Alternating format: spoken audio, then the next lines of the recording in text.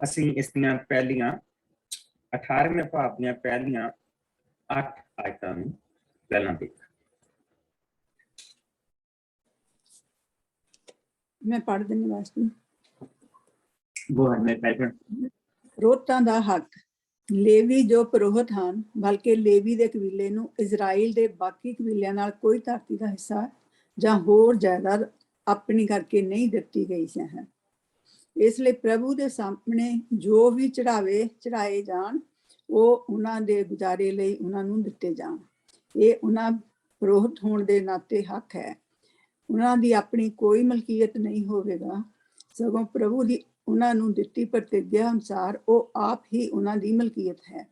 ਇਸ ਲਈ ਜਦੋਂ ਵੀ ਕੋਈ ਮਨੁੱਖ ਕੁਰਬਾਨੀ ਚੜਾਉਣ ਦੇ ਲਈ ਬਲਦ ਜਾਂ ਭੇਡ ਲਿਆਏ ਤਾਂ ਸਭ ਤੋਂ ਪਹਿਲਾਂ ਉਹ ਉਸ ਦਾ ਮੋਢਾ, ਦੋਵੇਂ ਜਵਾੜੇ ਤੇ ਪੇਟ ਵਾਲਾ ਹਿੱਸਾ ਪੁਰੋਹਿਤ ਨੂੰ ਦੇਵੇ, ਕਿਉਂਕਿ ਇਹ ਉਸ ਦਾ ਹਿੱਸਾ ਹੈ। ਇਸ ਤਰ੍ਹਾਂ ਤੁਸੀਂ ਆਪਣੀ ਫਸਲ ਦਾ ਪਹਿਲਾ ਫਲ, ਆਪਣੇ ਦਾਖਸਾਰ ਅਤੇ ਤੇਲ ਦਾ ਪਹਿਲਾ ਹਿੱਸਾ ਪੁਰੋਹਿਤ ਨੂੰ ਦਿਓ। ਪ੍ਰਭੂ ਤੁਹਾਡੇ ਪਰਮੇਸ਼ਰ ਨੇ ਪੁਰੋਹਿਤਾਂ ਨੂੰ ਅਰਥਾਤ ਲੇਵੀ ਨੂੰ ਅਤੇ ਉਸ ਦੀ ਸੰਤਾਨ ਨੂੰ ਸਭ ਕਬੀਲਿਆਂ ਵਿੱਚੋਂ ਆਪਣੀ ਸੇਵਾ ਦੇ ਲਈ ਹਮੇਸ਼ਾ ਦੇ ਲਈ ਚੁਣ ਰੱਖਿਆ ਹੈ।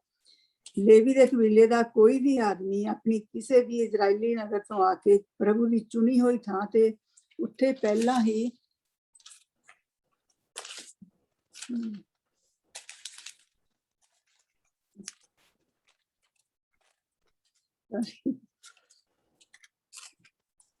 ਪ੍ਰਭੂ ਦੀ ਸੇਵਾ ਕਰ ਰਹੇ ਲੇਵੀਆਂ ਨਾਲ ਮਿਲ ਕੇ ਸੇਵਾ ਕਰ ਸਕਦਾ ਹੈ। ਉਸ ਨੂੰ ਵੀ ਠੀਕ ਦੂਜੇ ਪੁਰੋਹਿਤਾਂ ਨਾਲ ਸਭ ਕੁਰਬਾਨੀਆਂ ਵਿੱਚੋਂ ਇੱਕੋ ਜਿਹਾ ਹਿੱਸਾ ਮਿਲਣਾ ਚਾਹੀਦਾ ਹੈ। ਬੇਸ਼ੱਕ ਉਸ ਕੋਲ ਆਪਣੇ ਪਿਓ ਦਾਦਿਆਂ ਤੋਂ ਮਿਲੀ ਜਾਇਦਾਦ ਦੀ ਦੇਸ਼ ਦਾ ਮੁੱਲ ਵੀ ਕਿਉਂ ਨਾ ਹੋਵੇ। ਦੂਜੀਆਂ ਕੌਮਾਂ ਦੀਆਂ ਬਸ ਇੱਥੇ ਤਾਂ ਠੀਕ ਹੈ ਭੈਣ। ਹਾਂਜੀ, ਓਕੇ, ਇੰਨੇ ਕਾਇਤਾਂ ਦੇਖਦੇ ਹਾਂ। ਹਾਂਜੀ, ਸੋ ਪ੍ਰਭੂ ਇਸ ਵੇਲੇ ਮੂਸਾ ਜਿਹੜਾ ਉਹਨਾਂ ਨੂੰ ਬਾਰ-ਬਾਰ ਇਸ ਚੀਜ਼ ਦਾ ਚੇਤੇ ਕਰਾ ਰਿਹਾ ਕਿਉਂਕਿ ਲੇਵੀਆਂ ਨੂੰ ਧਰਤੀ ਨਹੀਂ ਦਿੱਤੀ ਜਾਏਗੀ। ਔਰ ਅਸੀਂ ਇਹਦੇ ਵਿੱਚ ਵਚਨ ਦੇ ਹਿੱਸੇ ਦੇ ਵਿੱਚ ਇਹ ਦੇਖਦੇ ਪਏ ਹਾਂ ਕਿ ਉਹ ਇਹ ਕਹਿ ਰਹੇ ਆ ਕਿ ਤੁਸੀਂ ਬਾਕੀ ਦੇ ਜਿਹੜੇ 12 ਜਿਹੜੀਆਂ ਟਰਾਈਬਾਂ ਆ ਉਹਨਾਂ ਨੇ ਲੇਵੀਆਂ ਦੇ ਕਬੀਲੇ ਨੂੰ ਸੰਭਾਲਣਾ ਹੈ ਔਰ ਉਹਨਾਂ ਨੇ ਤਾਂ ਕਿ ਉਹ ਪ੍ਰਭੂ ਦੀ ਸੇਵਾ ਕਰ ਸਕਣ। ਜਿਸ ਤਰ੍ਹਾਂ ਕਿਹਾ ਗਿਆ ਕਿ ਜਿਹੜੇ ਤੁਸੀਂ ਕੁਰਬਾਨੀਆਂ ਦੇਣੀਆਂ ਉਸ ਦੇ ਵਿੱਚੋਂ ਵੀ ਹਿੱਸਾ ਦੇਣਾ, ਤੁਹਾਡੀ ਫਸਲ ਦੇ ਵਿੱਚੋਂ ਵੀ ਹਿੱਸਾ ਦਿਓ। ਅਸੀਂ ਪਿੱਛੇ ਵੀ ਦੇਖ ਕੇ ਆਏ ਹਾਂ ਕਿ ਉਹ ਇਕੱਲਾ ਲੇਵੀਆਂ ਦੀਆਂ ਜ਼ਰੂਰਤਾਂ ਦੇ ਲਈ ਨਹੀਂ, ਇਸ basically welfare of the community. ਜਿਹੜੀ ਕਮਿਊਨਿਟੀ ਦੇ ਵਿੱਚ ਜਿਹੜੇ ਬੱਚੇ ਅਨਾਥ ਆ, ਕਮਿਊਨਿਟੀ ਦੇ ਵਿੱਚ ਜਿਹੜੀਆਂ ਵਿਧਵਾਵਾਂ ਆ, ਜਿਹੜੇ ਬਿਮਾਰ ਆ, ਜਿਹੜੇ ਬਜ਼ੁਰਗ ਆ ਜਿਹਨਾਂ ਨੂੰ ਸੰਭਾਲਣ ਵਾਲਾ ਕੋਈ ਨਹੀਂ, ਪਰਦੇਸੀ ਆ ਜਿਹੜੇ ਦੂਸਰਿਆਂ ਦੇਸ਼ਾਂ ਤੋਂ ਜਾਨ ਬਚਾ ਕੇ ਵਿਚਾਰੇ ਆਏ ਹੋ ਆ, ਉਹਨਾਂ ਸਾਰਿਆਂ ਦੀ ਜਿਹੜੀ ਸੰਭਾਲ ਆ ਉਹ ਜਿਹੜਾ ਹਰੇਕ ਕਬੀਲੇ ਦੇ ਵਿੱਚ ਜਿਹੜਾ ਇੱਕ ਮੰਦਿਰ ਉਹਨਾਂ ਨੇ ਬਣਾਇਆ ਹੁੰਦਾ ਸੀਗਾ ਉਹਦੇ ਵਿੱਚ ਉਹ ਸਾਰੀ ਸਾਂਭ ਸੰਭਾਲ ਕੀਤੀ ਜਾਂਦੀ ਸੀ। ਸੋ ਪ੍ਰਭੂ ਉਹਨਾਂ ਨੂੰ ਇਹ ਬਾਰ-ਬਾਰ ਚੀਜ਼ਾਂ ਯਾਦ ਕਰਾ ਰਿਹਾ ਕਿ ਤੁਸੀਂ ਆਪਣੇ ਲੇਵੀਆਂ ਦੇ ਕਬੀਲਿਆਂ ਦੇ ਜਿਹੜੇ ਤੁਹਾਡੇ ਵਿੱਚ ਆ ਕੇ ਜਿਹੜੇ ਸੇਵਾ ਕਰਨਗੇ। ਸੋ ਕੀ ਹੁੰਦਾ ਸੀ ਕਿ ਜਿਹੜੇ ਕਬੀਲੇ ਦੀ ਗਿਣਤੀ ਵੱਧ ਜਾਂਦੀ ਸੀਗੀ, ਜੇ ਉੱਥੇ ਲੇਵੀ ਘੱਟ ਆ ਤੇ ਜਿਹੜੇ ਕਬੀਲਿਆਂ ਦੀ ਗਿਣਤੀ ਲੜਾਈ ਜਾਂ ਕਿਸੇ ਹੋਰ ਕਾਰਨ ਕਰਕੇ ਘਟ ਜਾਂਦੀ ਸੀ ਤਾਂ ਉੱਥੋਂ ਲੇਵੀ ਫਿਰ ਜਿੱਥੇ ਜ਼ਿਆਦਾ ਹੁੰਦੇ ਸੀ ਉੱਥੇ ਘੱਲ ਦਿੱਤੇ ਜਾਂਦੇ ਸੀ, ਕਿਉਂਕਿ ਉੱਥੇ ਜਿਹੜਾ ਲੋਕਾਂ ਦੀ ਜਿਹੜੀ ਦੇਖੀ ਉਹ ਜ਼ਿਆਦਾ ਆਉਂਦੀ ਸੀ, ਉਹਦੇ ਨਾਲ ਉਹਨਾਂ ਦਾ ਗੁਜ਼ਾਰਾ ਹੋ ਸਕਦਾ ਸੀ। ਸੋ ਦੇਅਰ ਵਾਜ਼ ਅ ਗਰੁੱਪ ਇਹਨਾਂ ਦੇ ਵਿੱਚ ਲੇਵੀਆਂ ਦੇ ਵਿੱਚ ਗਰੁੱਪ ਹੁੰਦਾ ਸੀਗਾ ਕਿ ਜਿੱਥੇ ਜ਼ਰੂਰਤ ਜ਼ਿਆਦਾ ਹੈ ਲੇਵੀਆਂ ਦੀ ਉੱਥੇ ਉਹਨਾਂ ਨੂੰ ਘੱਲ ਦਿੱਤਾ ਜਾਂਦਾ ਸੀ ਔਰ ਉੱਥੇ ਉਹ ਸੇਵਾ ਕਰਕੇ ਜਿੱਥੇ ਉਹਨਾਂ ਨੂੰ ਅੱਗੇ ਲੋੜ ਪੈਂਦੀ ਸੀ ਅੱਗੇ ਘੱਲ ਦਿੱਤਾ ਜਾਂਦਾ ਸੀ। ਸੋ ਅਗਰ ਅਸੀਂ ਇਹਨਾਂ ਦੀਆਂ ਜਿਹੜੀਆਂ ਹੈਗੀਆਂ ਪੁਰਾਣੀਆਂ ਲਿਖਤਾਂ ਨੂੰ ਪੜ੍ਹੀਏ ਤਾਂ ਉੱਥੋਂ ਸਾਨੂੰ ਇਹ ਪਤਾ ਲੱਗਦਾ ਕਿ ਇਹ ਇੱਕ ਸਿਸਟਮ ਜਿਹੜਾ ਸੀ ਇਹਨਾਂ ਨੇ ਬਹੁਤ ਸੋਹਣੇ ਤਰੀਕੇ ਦੇ ਨਾਲ ਸੈੱਟ ਕੀਤਾ ਸੀਗਾ, ਜਿਸ ਦੇ ਨਾਲ ਕਿਸੇ ਵੀ ਕਬੀਲੇ ਦੀ ਆਤਮਿਕ ਜ਼ਰੂਰਤ ਨੂੰ ਪੂਰਾ ਕੀਤਾ ਜਾ ਸਕਦਾ ਸੀ। ਔਰ ਹੁਣ ਅਸੀਂ ਰੀਤਾਂ ਜਿਹੜੀਆਂ ਰਸਮਾਂ ਆ ਉਹਨਾਂ ਦੇ ਬਾਰੇ ਦੇਖਦੇ ਹਾਂ। 9 ਤੋਂ 13। ਹਾਂਜੀ, ਜਦੋਂ ਤੁਸੀਂ ਉਸ ਧਰਤੀ ਤੇ ਪਹੁੰਚ ਜਾਵੋ ਜੋ ਪ੍ਰਭੂ ਤੁਹਾਡਾ ਪਰਮੇਸ਼ਰ ਤੁਹਾਨੂੰ ਦੇ ਰਿਹਾ ਹੈ ਤਾਂ ਤੁਸੀਂ ਉੱਥੇ ਪਹਿਲੇ ਰਹਿ ਰਹੀਆਂ ਕੌਮਾਂ ਦੀਆਂ ਘਿਣਾਉਣੀਆਂ ਰੀਤਾਂ ਰਸਮਾਂ ਨਾ ਸਿੱਖਣਾ। ਤੁਹਾਡੇ ਲੋਕਾਂ ਵਿੱਚ ਆਪਣੇ ਪੁੱਤਰ ਜਾਂ ਧੀ ਨੂੰ ਅੱਗ ਦੀ ਭੇਟ ਕਰਨ ਵਾਲਾ ਕੋਈ ਮਨੁੱਖ ਨਾ ਹੋਵੇ, ਨਾ ਹੀ ਤੁਹਾਡੇ ਵਿੱਚ ਇਹਨਾਂ ਵਿੱਚੋਂ ਕੋਈ ਕਰਨ ਵਾਲਾ ਹੋਵੇ, ਟੇਵੇ ਲਾਉਣਾ ਜਾਂ ਨਮੂਜੀ ਜਾਂ ਮੰਤਰ ਜਾਣਨ ਵਾਲਾ ਜਾਂ ਜਾਦੂਗਰ ਜਾਂ ਝਾੜਾ ਫੱਕੀ ਕਰਨ ਵਾਲਾ ਜਾਂ ਖੂਨਾਬਾਜ਼ ਜਾਂ ਪ੍ਰੈਸ਼ਟ, ਆਤਮਾ ਦਾ ਸਲਾਹਕਾਰ ਜਾਂ ਭੂਤਾਂ ਨੂੰ ਕੱਢਣ ਵਾਲਾ ਆਦਿ। ਇਹਨਾਂ ਕੰਮਾਂ ਦੇ ਕਾਰਨ ਹਰ ਮਨੁੱਖ ਨੂੰ ਪ੍ਰਭੂ ਦੇ ਸਾਹਮਣੇ ਘਣਾਉਣਾ ਹੈ। ਇਹਨਾਂ ਘਣਾਉਣੀਆਂ ਰੀਤਾਂ ਰਸਮਾਂ ਕਰਕੇ ਹੀ ਪ੍ਰਭੂ ਤੁਹਾਡਾ ਪਰਮੇਸ਼ਰ ਉਹਨਾਂ ਲੋਕਾਂ ਨੂੰ ਤੁਹਾਡੇ ਅੱਗਿਓਂ ਬਾਹਰ ਕੱਢ ਰਿਹਾ ਹੈ। ਇਸ ਲਈ ਤੁਸੀਂ ਪ੍ਰਭੂ ਆਪਣੇ ਪਰਮੇਸ਼ਰ ਦੇ ਪੂਰਨ ਤੌਰ ਤੇ ਆਗਿਆਕਾਰੀ ਰਹਿਣਾ। ਸਾਰਾ ਪੜ੍ਹਨਾ ਪਾਸਟਰ ਜੀ। ਠੀਕ ਹੈ। ਹੁਣ ਇੱਥੇ ਸਾਨੂੰ ਬਿਲਕੁਲ ਕਲੀਅਰ ਪਤਾ ਲੱਗਦਾ ਕਿ ਪ੍ਰਭੂ ਨੇ ਉਹਨਾਂ ਲੋਕਾਂ ਨੂੰ ਕਿਉਂ ਕੱਢਿਆ, ਉਹਨਾਂ ਨੂੰ ਕਿਉਂ ਕੱਢਿਆ। ਜਦ ਕਿ ਅਸੀਂ ਜਾਣਦੇ ਹਾਂ ਕਿ ਅਸੀਂ ਦੇਖ ਚੁੱਕੇ ਹਾਂ, ਅਸੀਂ ਉਤਪਤ ਦੇ ਵਿੱਚ ਸੀਗੇ ਤੇ ਉਹਨਾਂ ਲੋਕਾਂ ਦੇ ਵਿੱਚੋਂ ਹੀ ਉੱਠ ਕੇ ਮਲਕੀਸੇਦਕ ਆਇਆ ਸੀ। ਉਹ ਪ੍ਰਭੂ ਨੂੰ ਜਾਣਦਾ ਸੀ। ਜਿਸ ਵੇਲੇ ਹੁਣ 400 ਸਾਲ ਬਾਅਦ ਇਹ ਆ ਰਹੇ ਆ ਤੇ ਤਾਂ ਵੀ ਅਸੀਂ ਦੇਖਦੇ ਪਏ ਹਾਂ ਕਿ ਅਸੀਂ ਜਿਹੜਾ ਰਾਜਾ ਬਲਾਕ ਜਿਹੜਾ ਸੀਗਾ ਉਹ ਬਿਲਹਾ ਦੇ ਕੋਲ ਸਲਾਹ ਲੈਣ ਦੇ ਲਈ ਗਿਆ, ਔਰ ਉਸਨੂੰ ਇਸ ਚੀਜ਼ ਦਾ ਪਤਾ ਸੀ ਕਿ ਜਿਸ ਵੇਲੇ ਉਹ ਜਿਹੜੀ ਸਲਾਹ ਦਿੰਦਾ, ਜੇ ਉਹ ਕਿਸੇ ਨੂੰ ਬਰਕਤ ਦਿੰਦਾ ਤੇ ਉਸਨੂੰ ਬਰਕਤ ਮਿਲਦੀ, ਜੇ ਕਿਸੇ ਨੂੰ ਉਹ ਬਦਸੀਸ ਦਿੰਦਾ ਤੇ ਉਸਨੂੰ ਬਦਸੀਸ ਮਿਲਦੀ। ਉਹ ਇਸ ਚੀਜ਼ ਨੂੰ ਜਾਣਦਾ ਸੀ। ਇਹਦਾ ਮਤਲਬ ਪ੍ਰਭੂ ਦੇ ਲੋਕ ਉੱਥੇ ਸੀ, ਔਰ ਇਹ ਕਹਿ ਸਕਦੇ ਕਿ ਮਲਕੀਸੇਦਕ ਦੇ ਸਮੇਂ ਤੇ ਥੋੜੇ ਜ਼ਿਆਦਾ 400 ਸਾਲ ਬਾਅਦ ਅਸੀਂ ਦੇਖਦੇ ਕਿ ਉਹਨਾਂ ਦੀ ਗਿਣਤੀ ਬਹੁਤ ਘੱਟ ਗਈ ਪਰ ਸੀਗੇ। ਔਰ ਫਿਰ ਵੀ ਇਹਨਾਂ ਵਿੱਚੋਂ ਕਿਹੜੀ ਚੀਜ਼ ਹੈ ਜਿਹੜੀ ਜਿੱਥੋਂ ਅਸੀਂ ਆਏ ਹਾਂ ਉੱਠ ਕੇ ਜਿਹੜੀ ਨਹੀਂ ਕੀਤੀ ਜਾਂਦੀ। ਅਸੀਂ ਹਿੰਦੁਸਤਾਨ ਦੇ ਵਿੱਚ ਸੁਣਦੇ ਹੁੰਦੇ ਸੀ ਕਿ ਲੋਕਾਂ ਦੇ ਬੱਚੇ ਚੁੱਕ ਕੇ ਲੈ ਜਾਂਦੇ ਤੇ ਉਹਨਾਂ ਨੂੰ ਉਹ ਬਲੀਆਂ ਦਿੰਦੇ ਆ, ਔਰ ਹਾਲੇ ਵੀ ਇਸ ਸਮੇਂ ਦੇ ਵਿੱਚ ਵੀ ਏਦਾਂ ਦੀਆਂ ਚੀਜ਼ਾਂ ਹੋ ਰਹੀਆਂ। ਔਰ ਅਸੀਂ ਇਹਨਾਂ ਦੇ ਵਿੱਚੋਂ ਤਾਂ ਅਸੀਂ ਆਏ ਹਾਂ। ਆਹ ਟੀਵੀ ਲਾਉਣ ਵਾਲੇ, ਨਜੂਮੀ, ਝਾੜਾ ਫੂਕੀ ਕਰਨ ਵਾਲੇ, ਫੂਨਾਬਾਜ਼, ਭ੍ਰਸ਼ਟ ਆਤਮਾਵਾਂ ਦੇ ਸਲਾਹਕਾਰ, ਭੂਤਾਂ ਕੱਢਣ ਵਾਲੇ ਆਦਿ। ਇਹਨਾਂ ਕੰਮਾਂ ਕਰਨ ਵਾਲਾ ਮਨੁੱਖ ਪ੍ਰਭੂ ਦੇ ਸਾਹਮਣੇ ਘਿਨਾਉਣਾ ਹੈ,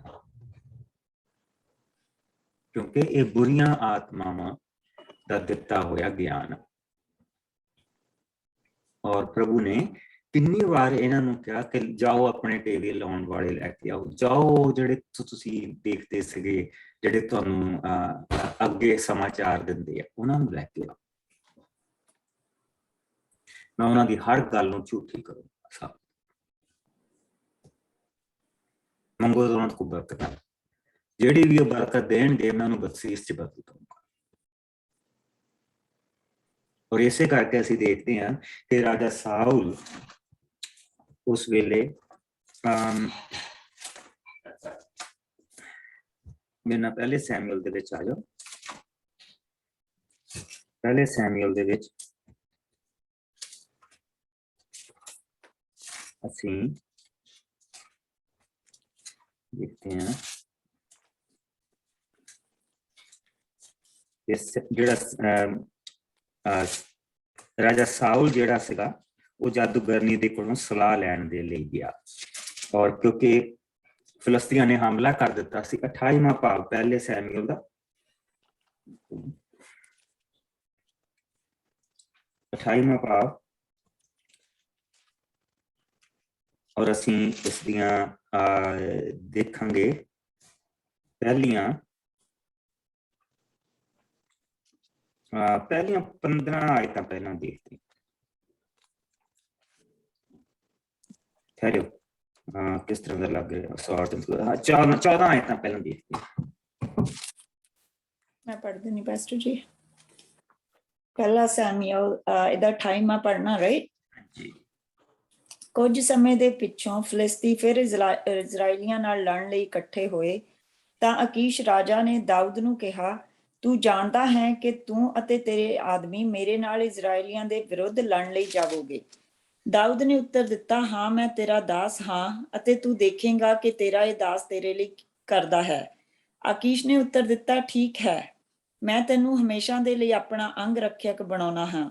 ਸਾਊਲ ਦਾ ਇੱਕ ਜਾਦੂਗਰਨੀ ਤੋਂ ਸਲਾਹ ਲੈਣਾ। ਸੈਮੂਅਲ ਮਰ ਚੁੱਕਾ ਸੀ ਅਤੇ ਸਭ ਇਜ਼ਰਾਈਲੀਆਂ ਨੇ ਉਸਦੇ ਲਈ ਸੋਗ ਕਰਕੇ ਉਸਨੂੰ ਉਸਦੇ ਆਪਣੇ ਨਗਰ ਰਮਾ ਵਿੱਚ ਦਫਨਾ ਦਿੱਤਾ ਸੀ। ਤਦ ਸਾਊਲ ਨੇ ਇਜ਼ਰਾਈਲ ਵਿੱਚੋਂ ਸਭ ਜਾਦੂ ਟੂਣੇ ਕਰਨ ਵਾਲਿਆਂ ਨੂੰ ਕੱਢ ਦਿੱਤਾ ਸੀ। ਸੋ ਸਭ ਫਿਲਿਸਤੀਆਂ ਨੇ ਇਕੱਠੇ ਹੋ ਕੇ ਸੁਨੇਮ ਵਿੱਚ ਆਪਣਾ ਫੌਜੀ ਕੈਂਪ ਲਾਇਆ। ਸਾਊਲ ਨੇ ਵੀ ਸਭ ਇਜ਼ਰਾਈਲੀ ਫੌਜ ਨੂੰ ਇਕੱਠਿਆਂ ਕਰਕੇ ਗਿਲਬੋਆ ਦੀ ਥਾਂ ਤੇ ਆਪਣਾ ਕੈਂਪ ਲਾਇਆ। ਪਰ ਸਾਊਲ ਫਿਲਿਸਤੀਆਂ ਦੀ ਵੱਡੀ ਫੌਜ ਦੇਖ ਕੇ ਬਹੁਤ ਡਰ ਗਿਆ ਅਤੇ ਉਸਦਾ ਦਿਲ ਕੰਬਣ ਲੱਗਾ। ਤਦ ਉਸਨੇ ਪ੍ਰਭੂ ਤੋਂ ਸਲਾਹ ਲੈਣੀ ਚਾਹੀ, ਪਰ ਉਸਨੇ ਸਾਊਲ ਨੂੰ ਨਾ ਸੁਪਨੇ, ਨਾ ਕਿਸੇ ਪਵਿੱਤਰ ਚਿੰਨ੍ਹ ਅਰਥਾਤ ਉਰੀਮ ਅਤੇ ਨਾ ਹੀ ਕਿਸੇ ਨਬੀ ਦੇ ਦੁਆਰਾ ਕੋਈ ਉੱਤਰ ਦਿੱਤਾ। ਸੋ ਸਾਊਲ ਨੇ ਆਪਣੇ ਅਫਸਰਾਂ ਨੂੰ ਆਗਿਆ ਦਿੱਤੀ, ਕੋਈ ਇਹੋ ਜਿਹੀ ਔਰਤ ਲੱਭੋ ਜਿਸ ਦੇ ਅਧਿਕਾਰ ਵਿੱਚ ਭੂਤ ਹੋਣ, ਤਾਂ ਜੋ ਮੈਂ ਉਸ ਕੋਲੋਂ ਜਾ ਕੇ ਸਲਾਹ ਲਵਾਂ। ਉਸਦੇ ਅਫਸਰਾਂ ਨੇ ਉੱਤਰ ਦਿੱਤਾ, ਏਨਦੋਰ ਵਿੱਚ ਇੱਕ ਔਰਤ ਹੈ ਜਿਸ ਦੇ ਅਧਿਕਾਰ ਵਿੱਚ ਭੂਤ ਹਨ। ਤਦ ਸਾਊਲ ਨੇ ਰਾਤ ਦੇ ਵੇਲੇ ਭੇਸ ਬਦਲਿਆ ਅਤੇ ਆਪਣੇ 2 ਆਦਮੀਆਂ ਨੂੰ ਨਾਲ ਲੈ ਕੇ ਉਸ ਔਰਤ ਕੋਲ ਗਿਆ ਅਤੇ ਬੋਲਿਆ, ਤੂੰ ਮੇਰੇ ਲਈ ਧੂਣੀ ਲਾ ਅਤੇ ਜਿਸ ਆਤਮਾ ਦਾ ਨਾਮ ਮੈਂ ਲਵਾਂ ਮੇਰੇ ਲਈ ਸੱਦ। ਉਸ ਔਰਤ ਨੇ ਉੱਤਰ ਦਿੱਤਾ, ਤੂੰ ਜਾਣਦਾ ਹੈ ਕਿ ਰਾਜਾ ਸਾਊਲ ਨੇ ਕੀ ਕੀਤਾ ਹੈ। ਉਸਨੇ ਸਭ ਜਾਦੂ ਟੂਣਾ ਕਰਨ ਵਾਲਿਆਂ ਨੂੰ ਇਜ਼ਰਾਈਲ ਵਿੱਚੋਂ ਕੱਢ ਦਿੱਤਾ ਹੈ। ਫਿਰ ਤੂੰ ਕਿਉਂ ਮੈਨੂੰ ਫਸਾ ਕੇ ਮੌਤ ਦੇ ਮੂੰਹ ਵਿੱਚ ਸੁੱਟਣ ਆਇਆ ਹੈ। ਸਾਊਲ ਨੇ ਪ੍ਰਭੂ ਦੇ ਨਾਂ ਤੇ ਉਸ ਔਰਤ ਨੂੰ ਵਚਨ ਦਿੱਤਾ, ਜਿਉਂਦੇ ਪ੍ਰਭੂ ਦੇ ਨਾਂ ਦੀ ਸਹੁੰ, ਤੈਨੂੰ ਇਹ ਕੰਮ ਕਰਨ ਦੇ ਲਈ ਕੋਈ ਸਜ਼ਾ ਨਹੀਂ ਮਿਲੇਗੀ। ਔਰਤ ਨੇ ਪੁੱਛਿਆ, ਮੈਂ ਕਿਸ ਨੂੰ ਤੇਰੇ ਲਈ ਸੱਦਾਂ? ਸਾਊਲ ਨੇ ਉੱਤਰ ਦਿੱਤਾ, ਸੈਮੂਅਲ। ਜਦੋਂ ਉਸ ਔਰਤ ਨੇ ਸੈਮੂਅਲ ਨੂੰ ਆਉਂਦੇ ਦੇਖਿਆ ਤਾਂ ਉਹ ਭੈਭੀਤ ਹੋ ਕੇ ਬੋਲੀ, ਤੁਸੀਂ ਮੈਨੂੰ ਧੋਖਾ ਕਿਉਂ ਦਿੱਤਾ? ਤੁਸੀਂ ਤਾਂ ਰਾਜਾ ਸਾਊਲ ਹੋ। ਰਾਜਾ ਨੇ ਕਿਹਾ, ਤੂੰ ਡਰ ਨਾ, ਸਗੋਂ ਦੱਸ ਕਿ ਤੈਨੂੰ ਕੀ ਦਿਖਾਈ ਦੇ ਰਿਹਾ ਹੈ। ਔਰਤ ਨੇ ਉੱਤਰ ਦਿੱਤਾ, ਮੈਂ ਇੱਕ ਆਤਮਾ ਨੂੰ ਹੇਠ ਉਤਰਦਾ ਦੇਖ ਰਹੀ ਹਾਂ।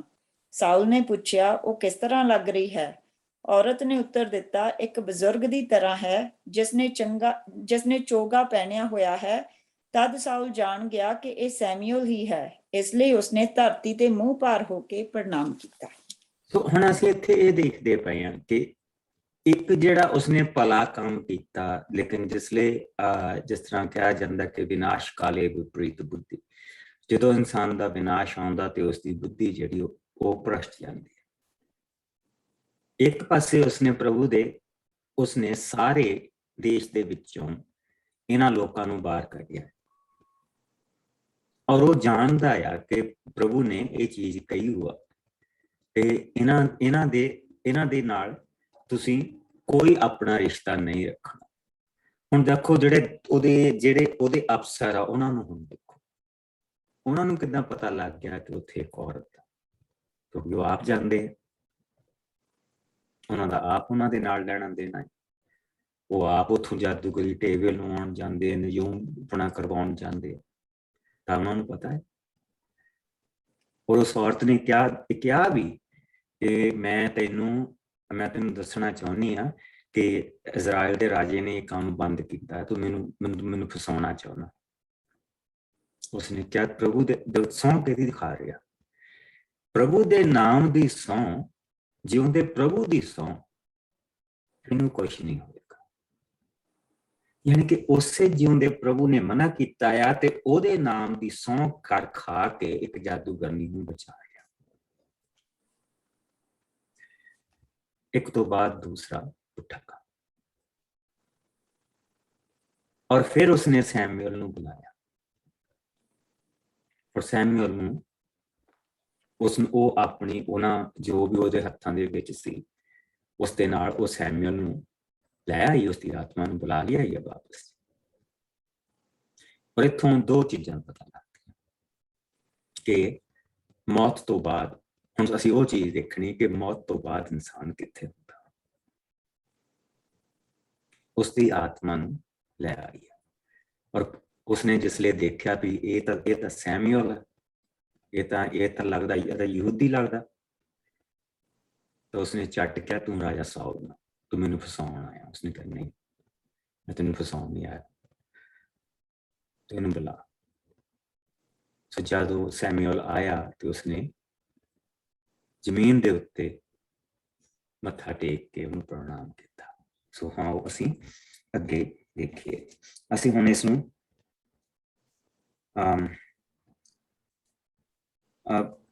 19 ਆਇਤ ਤੱਕ ਪਹਿਲਾਂ ਦੇਖੀਏ।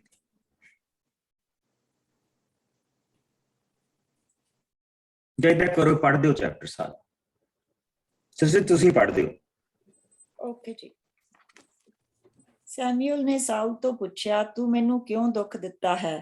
ਤੂੰ ਮੈਨੂੰ ਕਿਉਂ ਵਾਪਸ ਬੁਲਾਇਆ ਹੈ? ਸਾਊਲ ਨੇ ਉੱਤਰ ਦਿੱਤਾ, ਮੈਂ ਵਿਪਤਾ ਵਿੱਚ ਹਾਂ। ਫਿਲਿਸਤੀਆਂ ਨੇ ਮੇਰੇ ਉੱਤੇ ਚੜ੍ਹਾਈ ਕੀਤੀ ਹੈ ਅਤੇ ਪਰਮੇਸ਼ਰ ਨੇ ਮੈਨੂੰ ਛੱਡ ਦਿੱਤਾ ਹੈ। ਉਹ ਮੈਨੂੰ ਕਿਸੇ ਵੀ ਤਰ੍ਹਾਂ ਉੱਤਰ ਨਹੀਂ ਦੇ ਰਿਹਾ, ਨਾ ਕਿਸੇ ਨਬੀ ਦੁਆਰਾ ਅਤੇ ਨਾ ਹੀ ਸੁਪਨੇ ਰਾਹੀਂ।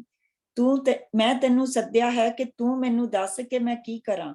ਸੈਮੂਅਲ ਨੇ ਕਿਹਾ, ਜੇਕਰ ਪ੍ਰਭੂ ਨੇ ਤੈਨੂੰ ਛੱਡ ਦਿੱਤਾ ਅਤੇ ਉਹ ਤੇਰਾ ਵਿਰੋਧੀ ਬਣ ਗਿਆ ਹੈ ਤਾਂ ਤੂੰ ਮੈਨੂੰ ਕਿਉਂ ਸੱਦਿਆ ਹੈ? ਪ੍ਰਭੂ ਨੇ ਠੀਕ ਮੇਰੇ ਪਹਿਲਾਂ ਤੈਨੂੰ ਦੱਸੇ ਅਨੁਸਾਰ ਕੀਤਾ ਹੈ। ਉਸਨੇ ਤੇਰੇ ਤੋਂ ਰਾਜ ਲੈ ਕੇ ਤੇਰੇ ਗੁਆਂਢੀ ਦਾਊਦ ਨੂੰ ਦੇ ਦਿੱਤਾ ਹੈ। ਤੂੰ ਪ੍ਰਭੂ ਦੀ ਆਗਿਆ ਨਾ ਮੰਨਦੇ ਹੋਏ ਅਮਾਲੇਕੀ ਲੋਕਾਂ ਨੂੰ ਪੂਰੀ ਤਰ੍ਹਾਂ ਨਾਲ ਨਾਸ਼ ਨਹੀਂ ਕੀਤਾ ਸੀ, ਇਸ ਲਈ ਉਹ ਅੱਜ ਇਹ ਸਭ ਕੁਝ ਤੇਰੇ ਨਾਲ ਕਰ ਰਿਹਾ ਹੈ। ਪਰ ਹੁਣ ਤੈਨੂੰ ਅਤੇ ਇਜ਼ਰਾਈਲ ਨੂੰ ਫਿਲਿਸਤੀਆਂ ਦੇ ਹੱਥੀਂ ਸੌਂਪ ਦੇਵੇਗਾ ਅਤੇ ਕੱਲ ਇਸ ਵੇਲੇ ਤੱਕ ਤੂੰ ਅਤੇ ਤੇਰਾ ਪੁੱਤਰ ਮੇਰੇ ਨਾਲ ਆ ਮਿਲੋਗੇ। ਸੈਮੂਅਲ ਦੇ ਇਹ ਸ਼ਬਦ ਸੁਣਦੇ ਸਾਰ ਹੀ ਧਰਤੀ ਉੱਤੇ ਭੈ ਨਾਲ ਮੂੰਹ ਭਰ ਡਿੱਗ ਪਿਆ। ਉਹ ਬਹੁਤ ਕਮਜ਼ੋਰ ਹੋ ਚੁੱਕਾ ਸੀ, ਕਿਉਂਕਿ ਉਸਨੇ ਸਾਰਾ ਦਿਨ ਤੇ ਰਾਤ ਰੋਟੀ ਦੀ ਇੱਕ ਬੁਰਕੀ ਤੱਕ ਮੂੰਹ ਵਿੱਚ ਨਹੀਂ ਪਾਈ ਸੀ। ਤਦ ਉਹ ਔਰਤ ਸਾਊਲ ਕੋਲ ਗਈ ਅਤੇ ਬੋਲੀ, ਸ਼੍ਰੀਮਾਨ ਜੀ, ਮੈਂ ਆਪਣੀ ਜਾਨ ਖਤਰੇ ਵਿੱਚ ਪਾ ਕੇ ਜੋ ਕੁਝ ਤੁਸੀਂ ਕਿਹਾ ਸੀ ਕੀਤਾ ਹੈ। ਇਸ ਲਈ ਹੁਣ ਤੁਸੀਂ ਮੇਰੇ ਕਹੇ ਅਨੁਸਾਰ ਕਰੋ। ਮੈਂ ਥੋੜਾ ਜਿਹਾ ਭੋਜਨ ਤਿਆਰ ਕਰਦੀ ਹਾਂ ਜੋ ਤੁਸੀਂ ਖਾਓ, ਤਾਂ ਜੋ ਤੁਸੀਂ ਆਪਣੇ ਸਫ਼ਰ ਲਈ ਸਰੀਰਕ ਤਾਕਤ ਪ੍ਰਾਪਤ ਕਰੋ। ਸਾਊਲ ਨੇ ਉਸ ਔਰਤ ਦਾ ਕਿਹਾ ਮੰਨਣ ਤੋਂ ਇਨਕਾਰ ਕੀਤਾ, ਪਰ ਉਸਦੇ ਆਦਮੀਆਂ ਨੇ ਉਸ ਔਰਤ ਦੇ ਨਾਲ ਮਿਲ ਕੇ ਸਾਊਲ ਨੂੰ ਕੁਝ ਖਾਣ ਲਈ ਜ਼ੋਰ ਲਾਇਆ। ਸੋ ਉਹ ਮੰਨ ਗਿਆ ਅਤੇ ਉੱਠ ਕੇ ਬਿਸਤਰੇ ਤੇ ਬੈਠ ਗਿਆ। ਔਰਤ ਦੇ ਘਰ ਉਸ ਸਮੇਂ ਇੱਕ ਪਲਿਆ ਹੋਇਆ ਬੱਚਾ ਸੀ ਜੋ ਉਸਨੇ ਕੱਟ ਕੇ ਪਕਾਇਆ। ਉਸਨੇ ਕੁਝ ਆਟਾ ਗੁੰਨ ਕੇ ਬਿਨਾਂ ਖਮੀਰ ਪਾਇਆ ਰੋਟੀਆਂ ਵੀ ਤਿਆਰ ਕੀਤੀਆਂ, ਜੋ ਸਾਊਲ ਅਤੇ ਉਸਦੇ ਆਦਮੀਆਂ ਨੇ ਖਾਧੀਆਂ। ਫਿਰ ਉਹ ਉੱਥੋਂ ਚਲੇ ਗਏ। ਸੋ ਹੁਣ ਅਸੀਂ ਇਹ ਦੇਖਦੇ ਪਏ ਹਾਂ ਕਿ ਇੱਥੇ ਜਿਹੜਾ ਸ਼ਬਦ ਹੈ, ਤੂੰ ਮੈਨੂੰ ਕਿਉਂ ਦੁੱਖ ਦਿੱਤਾ, ਜਿਸ ਲਈ ਅਸੀਂ ਇਬਰਾਨੀ ਦੇ ਵਿੱਚ ਪੜ੍ਹਦੇ ਹਾਂ ਤਾਂ ਉਹ ਇਹ ਕਹਿੰਦਾ ਕਿ ਤੂੰ ਮੇਰੀ ਸ਼ਾਂਤੀ ਕਿਉਂ ਭੰਗ ਕੀਤੀ। ਯਾਨੀ ਕਿ ਜਿਸ ਲਈ ਪ੍ਰਭੂ ਦਾ ਬੰਦਾ ਇੱਥੋਂ ਧਰਤੀ ਉੱਤੇ ਚੜ ਜਾਂਦਾ, ਉਹ ਉਸਦੀ ਉਸ ਸ਼ਾਂਤੀ ਦੇ ਵਿੱਚ ਚਲਿਆ ਜਾਂਦਾ ਕਿ ਪ੍ਰਭੂ ਯਿਸੂ ਮਸੀਹ ਨੇ ਕਿਹਾ ਕਿ ਮੈਂ ਤੁਹਾਨੂੰ ਸ਼ਾਂਤੀ ਦਊਂਗਾ, ਮੈਂ ਤੁਹਾਨੂੰ ਆਪਣੀ ਸ਼ਾਂਤੀ ਦਊਂਗਾ। ਯਾਨੀ ਕਿ ਧਰਤੀ ਦੇ ਉੱਤੇ ਤਾਂ ਸਾਨੂੰ ਉਸਦਾ ਇੱਕ ਛੋਟਾ ਜਿਹਾ ਹਿੱਸਾ ਮਿਲਦਾ ਔਰ ਉਹ ਸਾਡੇ ਲਈ ਕਾਫੀ ਹੁੰਦਾ, ਲੇਕਿਨ ਜਿਹੜੀ ਉੱਥੇ ਸ਼ਾਂਤੀ ਆ ਉਹ ਸੰਪੂਰਨਤਾ ਦੇ ਨਾਲ ਮਿਲਦੀ। ਸੋ ਉਸਨੇ ਉਸਨੂੰ ਇਹ ਕਿਹਾ ਕਿ ਤੂੰ ਮੇਰੀ ਸ਼ਾਂਤੀ ਨੂੰ ਕਿਉਂ ਭੰਗ ਕੀਤਾ ਔਰ ਤੂੰ ਮੈਨੂੰ ਵਾਪਸ ਕਿਉਂ ਬੁਲਾਇਆ। ਔਰ ਇਸ ਕਰਕੇ ਅਸੀਂ ਜਿਹੜੇ ਦੁਨੀਆ ਦੇ ਵਿੱਚ ਜਿਹੜੇ ਦਰਮਿਆਨੀ ਆ, ਉਹਨਾਂ ਤੋਂ ਸਾਨੂੰ ਬਚਣਾ ਪੈਂਦਾ, ਜਿਹੜੇ ਬਣ ਜਾਂਦੇ। ਉਸਦਾ ਕਾਰਨ ਕੀ ਹੈ ਕਿ ਅਗਰ ਸਵਰਗ ਤੋਂ ਵਾਪਸ ਆ ਕੇ ਸੈਮੂਅਲ ਉਹਦੇ ਲਈ ਕੁਛ ਨਹੀਂ ਕਰ ਸਕਿਆ, ਤੇ ਫਿਰ ਜਿਹੜੇ ਧਰਤੀ ਤੇ ਰਹਿਣ ਵਾਲੇ ਲੋਕ ਕੀ ਕਰ ਲੈਣਗੇ? ਸਾਡੇ ਨਹੀਂ ਕਰ ਸਕਦੇ।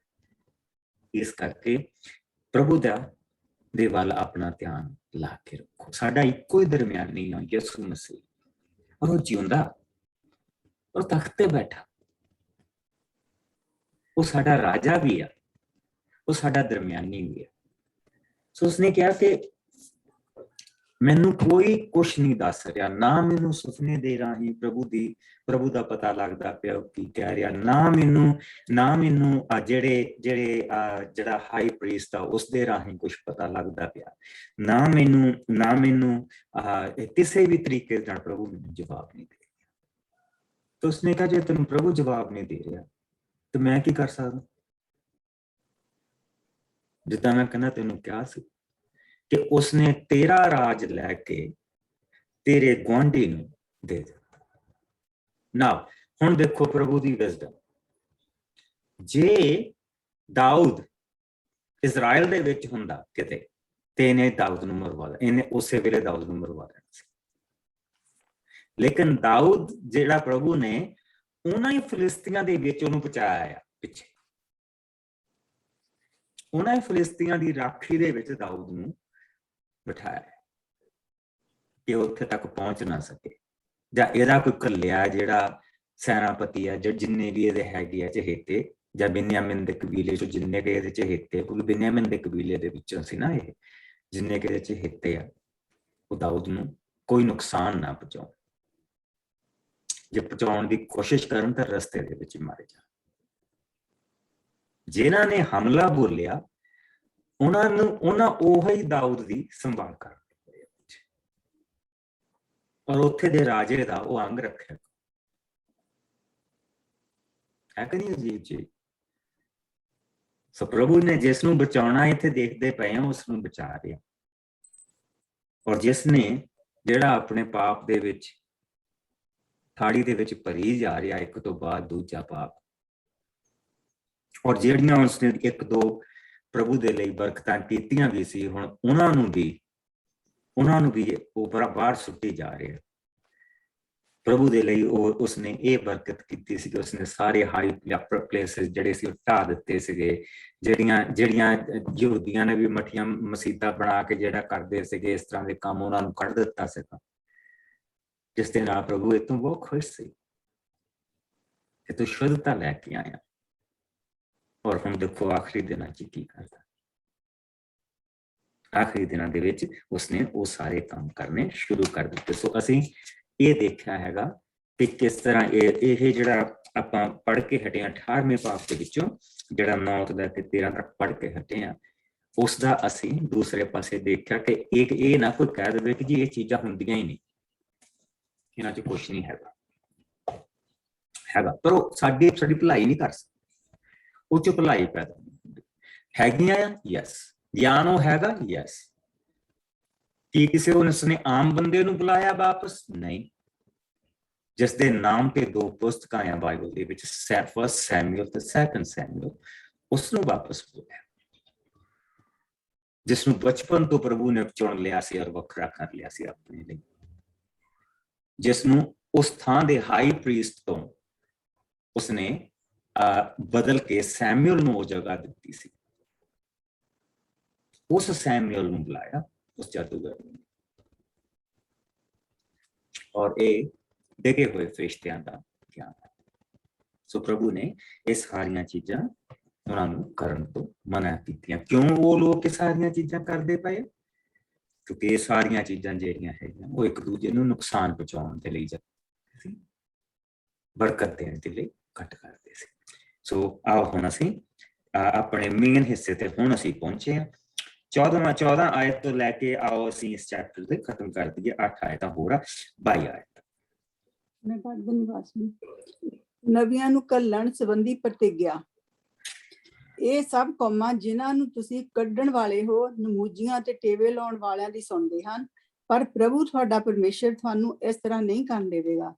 ਪ੍ਰਭੂ ਤੁਹਾਡਾ ਪਰਮੇਸ਼ਰ ਤੁਹਾਡੇ ਵਿੱਚੋਂ ਅਰਥਾਤ ਤੁਹਾਡੇ ਭਰਾਵਾਂ ਵਿੱਚੋਂ ਮੇਰੇ ਵਰਗਾ ਇੱਕ ਨਵੀ ਖੜਾ ਕਰੇਗਾ। ਤੁਸੀਂ ਕੇਵਲ ਉਸੇ ਦੀ ਹੀ ਸੁਣਨਾ। ਇਹ ਸਭ ਤੁਹਾਡੇ ਆਪਣੇ ਕਹੇ ਦੇ ਅਨੁਸਾਰ ਹੋਵੇਗਾ। ਤੁਸੀਂ ਹੋਰੇਬ ਦੇ ਪਹਾੜ ਤੇ ਪ੍ਰਭੂ ਆਪਣੇ ਪਰਮੇਸ਼ਰ ਦੇ ਸਾਹਮਣੇ ਆਪਣੀ ਸਾਰੀ ਇਕੱਠੀ ਹੋਈ ਸੰਗਤ ਦੇ ਸਮੇਂ ਇਹੀ ਚਾਹਿਆ ਸੀ। ਉਸ ਸਮੇਂ ਤੁਸੀਂ ਕਿਹਾ ਸੀ ਸਾਨੂੰ ਪ੍ਰਭੂ ਸਾਡੇ ਪਰਮੇਸ਼ਰ ਦੀ ਆਵਾਜ਼ ਫਿਰ ਸੁਣਨ ਨਾ ਦੇਣਾ ਅਤੇ ਨਾ ਇਹ ਵੱਡੀ ਅੱਗ ਸਾਨੂੰ ਦੇਖਣ ਦੇਣਾ ਤਾਂ ਜੋ ਅਸੀਂ ਮਰ ਨਾ ਜਾਈਏ। ਤਦ ਪ੍ਰਭੂ ਨੇ ਮੈਨੂੰ ਕਿਹਾ ਸੀ ਇਹਨਾਂ ਨੇ ਇਹ ਠੀਕ ਹੀ ਮੰਗ ਰੱਖੀ ਹੈ। ਮੈਂ ਇਹਨਾਂ ਦੇ ਲਈ ਇਹਨਾਂ ਦੇ ਭਰਾਵਾਂ ਵਿੱਚੋਂ ਹੀ ਇੱਕ ਨਵੀ ਖੜਾ ਕਰਾਂਗਾ। ਮੈਂ ਉਸ ਦੇ ਮੂੰਹ ਵਿੱਚ ਆਪਣੇ ਸ਼ਬਦਾਂ ਨੂੰ ਪਾਵਾਂਗਾ। ਉਹ ਮੇਰੀ ਆਗਿਆ ਅਨੁਸਾਰ ਸਭ ਕੁਝ ਬੋਲੇਗਾ। ਪਰ ਜੋ ਕੋਈ ਮੇਰੇ ਉਸ ਨਵੀ ਦੁਆਰਾ ਬੋਲੇ ਗਏ ਸ਼ਬਦਾਂ ਤੇ ਧਿਆਨ ਨਹੀਂ ਦੇਵੇਗਾ ਮੈਂ ਉਸ ਨੂੰ ਸਜ਼ਾ ਦੇਵਾਂਗਾ। ਪਰ ਜੋ ਨਵੀ ਮੇਰੇ ਦੱਸੇ ਹੋਏ ਸ਼ਬਦਾਂ ਤੇ ਨਹੀਂ ਬੋਲੇਗਾ ਜਾਂ ਮੇਰੇ ਨਾਂ ਦੀ ਥਾਂ ਕਿਸੇ ਦੂਜੇ ਕਿਸੇ ਦੇਵਤਾ ਦੇ ਨਾਂ ਤੇ ਬੋਲੇਗਾ ਤਾਂ ਉਹ ਨਵੀ ਮਾਰਿਆ ਜਾਵੇਗਾ। ਹੋ ਸਕਦਾ ਹੈ ਕਿ ਤੁਸੀਂ ਆਪਣੇ ਦਿਲ ਵਿੱਚ ਕਹੋ ਅਸੀਂ ਕਿਸ ਤਰ੍ਹਾਂ ਜਾਣ ਸਕਦੇ ਹਾਂ ਕਿ ਕਿਸੇ ਨਵੀ ਦੇ ਕਹੇ ਹੋਏ ਸ਼ਬਦ ਪ੍ਰਭੂ ਦੇ ਹੀ ਹਨ। ਇਸ ਦੀ ਪਛਾਣ ਇਹ ਹੈ ਜਦੋਂ ਕੋਈ ਨਵੀ ਪ੍ਰਭੂ ਦੇ ਨਾਂ ਤੇ ਕੋਈ ਸ਼ਬਦ ਬੋਲੇ ਪਰ ਉਹ ਨਵੀ ਦੇ ਕਹੇ ਅਨੁਸਾਰ ਪੂਰਾ ਨਾ ਹੋਵੇ ਤਾਂ ਤੁਸੀਂ ਸਮਝ ਜਾਵੋ ਕਿ ਇਹ ਸ਼ਬਦ ਪ੍ਰਭੂ ਦਾ ਨਹੀਂ ਹੈ, ਸਗੋਂ ਉਸ ਨਵੀ ਨੇ ਆਪਣੀ ਮਰਜ਼ੀ ਨਾਲ ਕਿਹਾ ਹੈ। ਤੁਸੀਂ ਉਸ ਤੋਂ ਨਾ ਡਰਨਾ। ਆਮੀਨ। ਸੋ ਹੁਣ ਅਸੀਂ ਇੱਥੇ ਜਿਹੜਾ ਦੇਖਦੇ ਪਏ ਹਾਂ ਜਿਹੜੀ ਇੱਥੇ ਭਵਿੱਖਬਾਣੀ ਪ੍ਰਭੂ ਨੇ ਕੀਤੀ ਹੈ। ਸੋ ਸਾਨੂੰ ਇੱਕ ਵਾਰ ਫੇਰ ਪ੍ਰਭੂ ਨੇ ਅਸੀਂ ਜਿੱਥੇ ਵਚਨ ਦੇ ਵਿੱਚ ਆਏ ਹਾਂ 14ਵੀਂ ਆਇਤ ਦੇ ਵਿੱਚ ਇੱਕ ਵਾਰ ਫੇਰ ਉਸ ਚੀਜ਼ ਨੂੰ ਪ੍ਰਭੂ ਨੇ ਸਟਰੈਂਥ ਕੀਤਾ ਹੈਗਾ ਕਿ ਇਹ ਸਭ ਕੌਮਾਂ ਜਿਨ੍ਹਾਂ ਨੂੰ ਤੁਸੀਂ ਕੱਢਣ ਵਾਲੇ ਹੋ ਇਹ ਨਜੂਮੀਆਂ ਅਤੇ ਟੇਵੇ ਲਾਉਣ ਵਾਲਿਆਂ ਦੀ ਸੁਣਦੇ ਹਨ, ਪਰ ਪ੍ਰਭੂ ਤੁਹਾਡਾ ਪਰਮੇਸ਼ਰ ਤੁਹਾਨੂੰ ਇਸ ਤਰ੍ਹਾਂ ਨਹੀਂ ਕਰਨ ਦੇਵੇਗਾ। ਸੋ ਉਹ ਜਨਮ ਪੱਤਰੀਆਂ ਟੇਵੇ, ਦੂਸਰੇ ਤਵੀਤ ਬਣਾਉਣੇ, ਅਸੀਂ ਦੇਖਦੇ ਪਏ ਹਾਂ ਕਿ ਇਸ ਵੇਲੇ ਸਾਰੀਆਂ ਉਹ ਚੀਜ਼ਾਂ ਹਿੰਦੁਸਤਾਨ ਦੇ ਵਿੱਚ ਹੈ, ਔਰ ਸਾਰੀਆਂ ਉਹ ਚੀਜ਼ਾਂ ਬੇਸਿਕਲੀ ਅਸੀਂ ਦੇਖਦੇ ਪਏ ਹਾਂ ਕਿ ਇਹ ਇਸ ਵੇਲੇ ਜਿੱਥੇ ਇਹ ਬੈਠੇ ਹੋ ਮਿਡਲ ਈਸਟ ਦੇ ਵਿੱਚ ਬੈਠੇ ਹੋ ਇਸ ਵੇਲੇ ਇਹ ਜਿਹੜੇ ਇਹਨਾਂ ਦੇ ਤੰਬੂ ਆ ਉਹ ਅੱਜ ਦੇ ਜੋਰਡਨ ਦੇ ਵਿੱਚ ਅੱਧਾ ਜੋਰਡਨ ਤੇ ਅੱਧਾ ਸੀਰੀਆ, ਇਹਨਾਂ ਦੇ ਉੱਥੇ ਤੰਬੂ ਲੱਗੇ ਹੋਆ। ਜਰਦਨ ਦਰਿਆ ਤੋਂ ਇਹ ਦੂਸਰੇ ਪਾਸੇ, ਹਾਲੇ ਇਹ ਵਾਅਦੇ ਦੀ ਧਰਤੀ ਦੇ ਵਿੱਚ ਨਹੀਂ ਗਏ, ਔਰ ਜਿਸ ਵਾਅਦੇ ਦੀ ਧਰਤੀ ਤੇ ਜਾ ਰਹੇ ਆ ਉੱਥੇ ਦੇ ਲੋਕ ਇਹ ਸਾਰੇ ਕੰਮ ਕਰਦੇ ਆ, ਔਰ ਜਿਨ੍ਹਾਂ ਤੇ ਇਹਨਾਂ ਨੇ ਜਿੱਤ ਪ੍ਰਾਪਤ ਕੀਤੀ ਆ ਉਹ ਲੋਕ ਇਹ ਸਾਰੇ ਕੰਮ ਕਰਦੇ ਆ। ਇਸ ਕਰਕੇ ਪ੍ਰਭੂ ਨੇ ਉਹਨਾਂ ਨੂੰ ਕੱਢ ਦਿੱਤਾ। ਪਰ ਜਿਹੜੀ ਸਭ ਤੋਂ ਵੱਡੀ ਸਜ਼ਾ ਉਹਨਾਂ ਨੂੰ ਮਿਲੀ ਆ ਉਹ ਮਿਲੀ ਹੈਗੀ ਆ ਕਿ ਜਿਹੜਾ ਉਹ ਬਲੀਆਂ ਦਿੰਦੇ ਆ, ਆਪਣੀਆਂ ਬੇਟੀਆਂ ਦੀਆਂ ਬਲੀਆਂ ਦਿੰਦੇ ਆ, ਧਰਮ ਸਥਾਨਾਂ ਦੇ ਉੱਤੇ ਆਪਣੀਆਂ ਧੀਆਂ ਨੂੰ ਚੜਾਉਂਦੇ ਆ, ਔਰ ਉਹਨਾਂ ਕੋਲ ਬਦਕਾਰੀ ਕਰਾਉਂਦੇ, ਔਰ ਉਸ ਕਮਾਈ ਦੇ ਨਾਲ ਉਹ ਮੰਦਿਰ ਚੱਲਦੇ। ਉਸ ਕਮਾਈ ਲੋਕਾਂ ਦੇ ਮੰਦਿਰ ਓਨ ਕੀਤੇ ਹੁੰਦੇ ਸੀ, ਲੋਕਾਂ ਦੇ ਆਪਣੇ, ਜਿੱਦਾਂ ਕਿ ਤੁਸੀਂ ਇਹ ਕਹ ਲਓ ਕਿ ਲੋਕੀ ਜਿਹੜੇ ਹਰੇਕ ਸ਼ਹਿਰ ਦੇ ਵਿੱਚ ਜਿਹੜਾ ਮੰਦਿਰ ਹੁੰਦਾ ਸੀ ਉਸ ਮੰਦਿਰ ਦਾ ਇੱਕ ਓਨਰ ਹੁੰਦਾ ਸੀ, ਜਿਹੜਾ ਮੰਦਿਰ ਦੇ ਵਿੱਚ ਉਹਨਾਂ ਨੇ ਕੰਮ ਕਰਨ ਵਾਲੇ ਲੋਕ ਰੱਖੇ ਸੀ ਉਹ ਪੁਜਾਰੀ ਹੁੰਦੇ ਸੀ, ਪਰ ਮੰਦਿਰ ਕਿਸੇ ਦੀ ਜਾਇਦਾਦ ਹੁੰਦਾ ਸੀ, ਔਰ ਉੱਥੇ ਸਾਰੇ ਕੰਮ ਕੀਤੇ ਜਾਂਦੇ ਸੀ ਇਸ ਤਰ੍ਹਾਂ ਦੇ, ਔਰ ਸਾਰੇ ਉਸ ਦੇਵਤੇ ਦੇ ਨਾਂ ਦੇ ਉੱਤੇ, ਉਸ ਦੇਵਤੇ ਨੂੰ ਖੁਸ਼ ਕਰਨ ਦੇ ਲਈ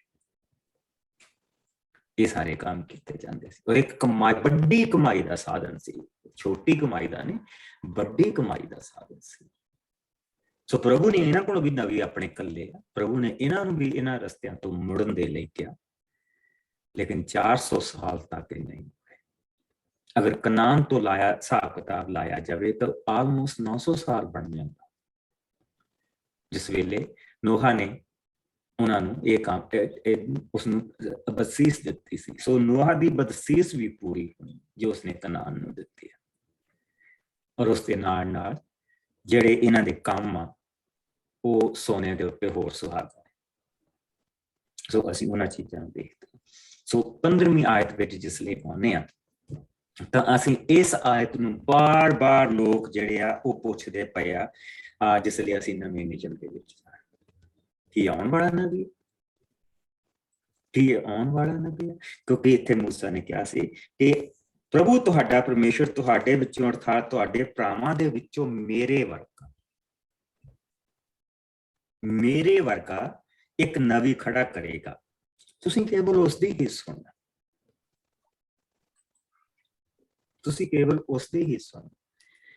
ਔਰ ਸਮੇਂ ਦੇ ਗੱਭ ਦੇ ਵਿੱਚ ਇੱਕ ਨਬੀ ਆਇਆ ਸੀ ਪ੍ਰਭੂ ਯਿਸੂ ਮਸੀਹ ਦੇ ਵਿੱਚ ਤੋਂ ਲੈ ਕੇ, ਔਰ ਦੂਸਰੇ ਪਾਸੇ ਮੂਸਾ ਤੋਂ ਲੈ ਕੇ ਯਿਸੂ ਮਸੀਹ ਦੇ ਵਿੱਚ ਗੱਭੇ ਇੱਕ ਨਬੀ ਆਇਆ ਸੀ ਜੋ ਸੱਚਮੁੱਚ ਮੂਸਾ ਦੇ ਉੱਤੇ ਸੀ, ਲੇਕਿਨ ਉਹ ਸੰਪੂਰਨਤਾ ਦੇ ਵਿੱਚ ਨਹੀਂ ਸੀ, ਉਹ ਸੰਪੂਰਨਤਾ ਦੇ ਵਿੱਚ ਨਹੀਂ ਸੀ।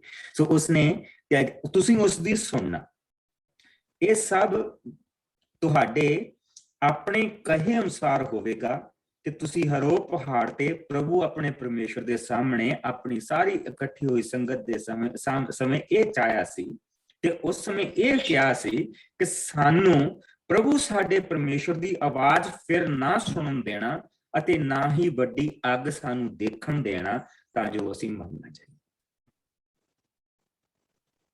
ਸੋ ਪ੍ਰਭੂ ਤੁਹਾਡੇ ਲਈ ਨਬੀ ਕੱਲੇਗਾ। ਸੋ ਜਿਹੜੀ ਭਵਿੱਖਬਾਣੀ ਆ ਪ੍ਰਭੂ ਯਿਸੂ ਮਸੀਹ ਦੀ ਉਹ 15ਵੀਂ ਆਇਤ ਦੇ ਵਿੱਚ, ਲੇਕਿਨ ਉਸਨੇ ਕਿਹਾ ਕਿ ਇਸ ਦੇ ਨਾਲ ਨਾਲ ਵੀ ਮੈਂ ਤੁਹਾਡੇ ਕੋਲ ਇੱਕ ਨਬੀ ਘੱਲਦਾ ਰਹੂੰਗਾ। ਔਰ ਉਹ ਕਿਹੜੇ ਆ? ਕਹਿੰਦਾ ਤਦ ਪ੍ਰਭੂ ਨੇ ਮੈਨੂੰ ਕਿਹਾ ਸੀ ਇਹਨਾਂ ਨੇ ਠੀਕ ਮੰਗ ਰੱਖੀ ਹੈ, ਮੈਂ ਇਹਨਾਂ ਲਈ ਇਹਨਾਂ ਦੇ ਭਰਾਵਾਂ ਵਿੱਚੋਂ ਹੀ ਇੱਕ ਨਬੀ ਖੜਾ ਕਰਾਂਗਾ, ਮੈਂ ਉਸਦੇ ਮੂੰਹ ਦੇ ਵਿੱਚ ਆਪਣੇ ਸ਼ਬਦਾਂ ਨੂੰ ਪਾਵਾਂਗਾ, ਉਹ ਮੇਰੀ ਆਗਿਆ ਅਨੁਸਾਰ ਸਭ ਕੁਝ ਬੋਲੇਗਾ।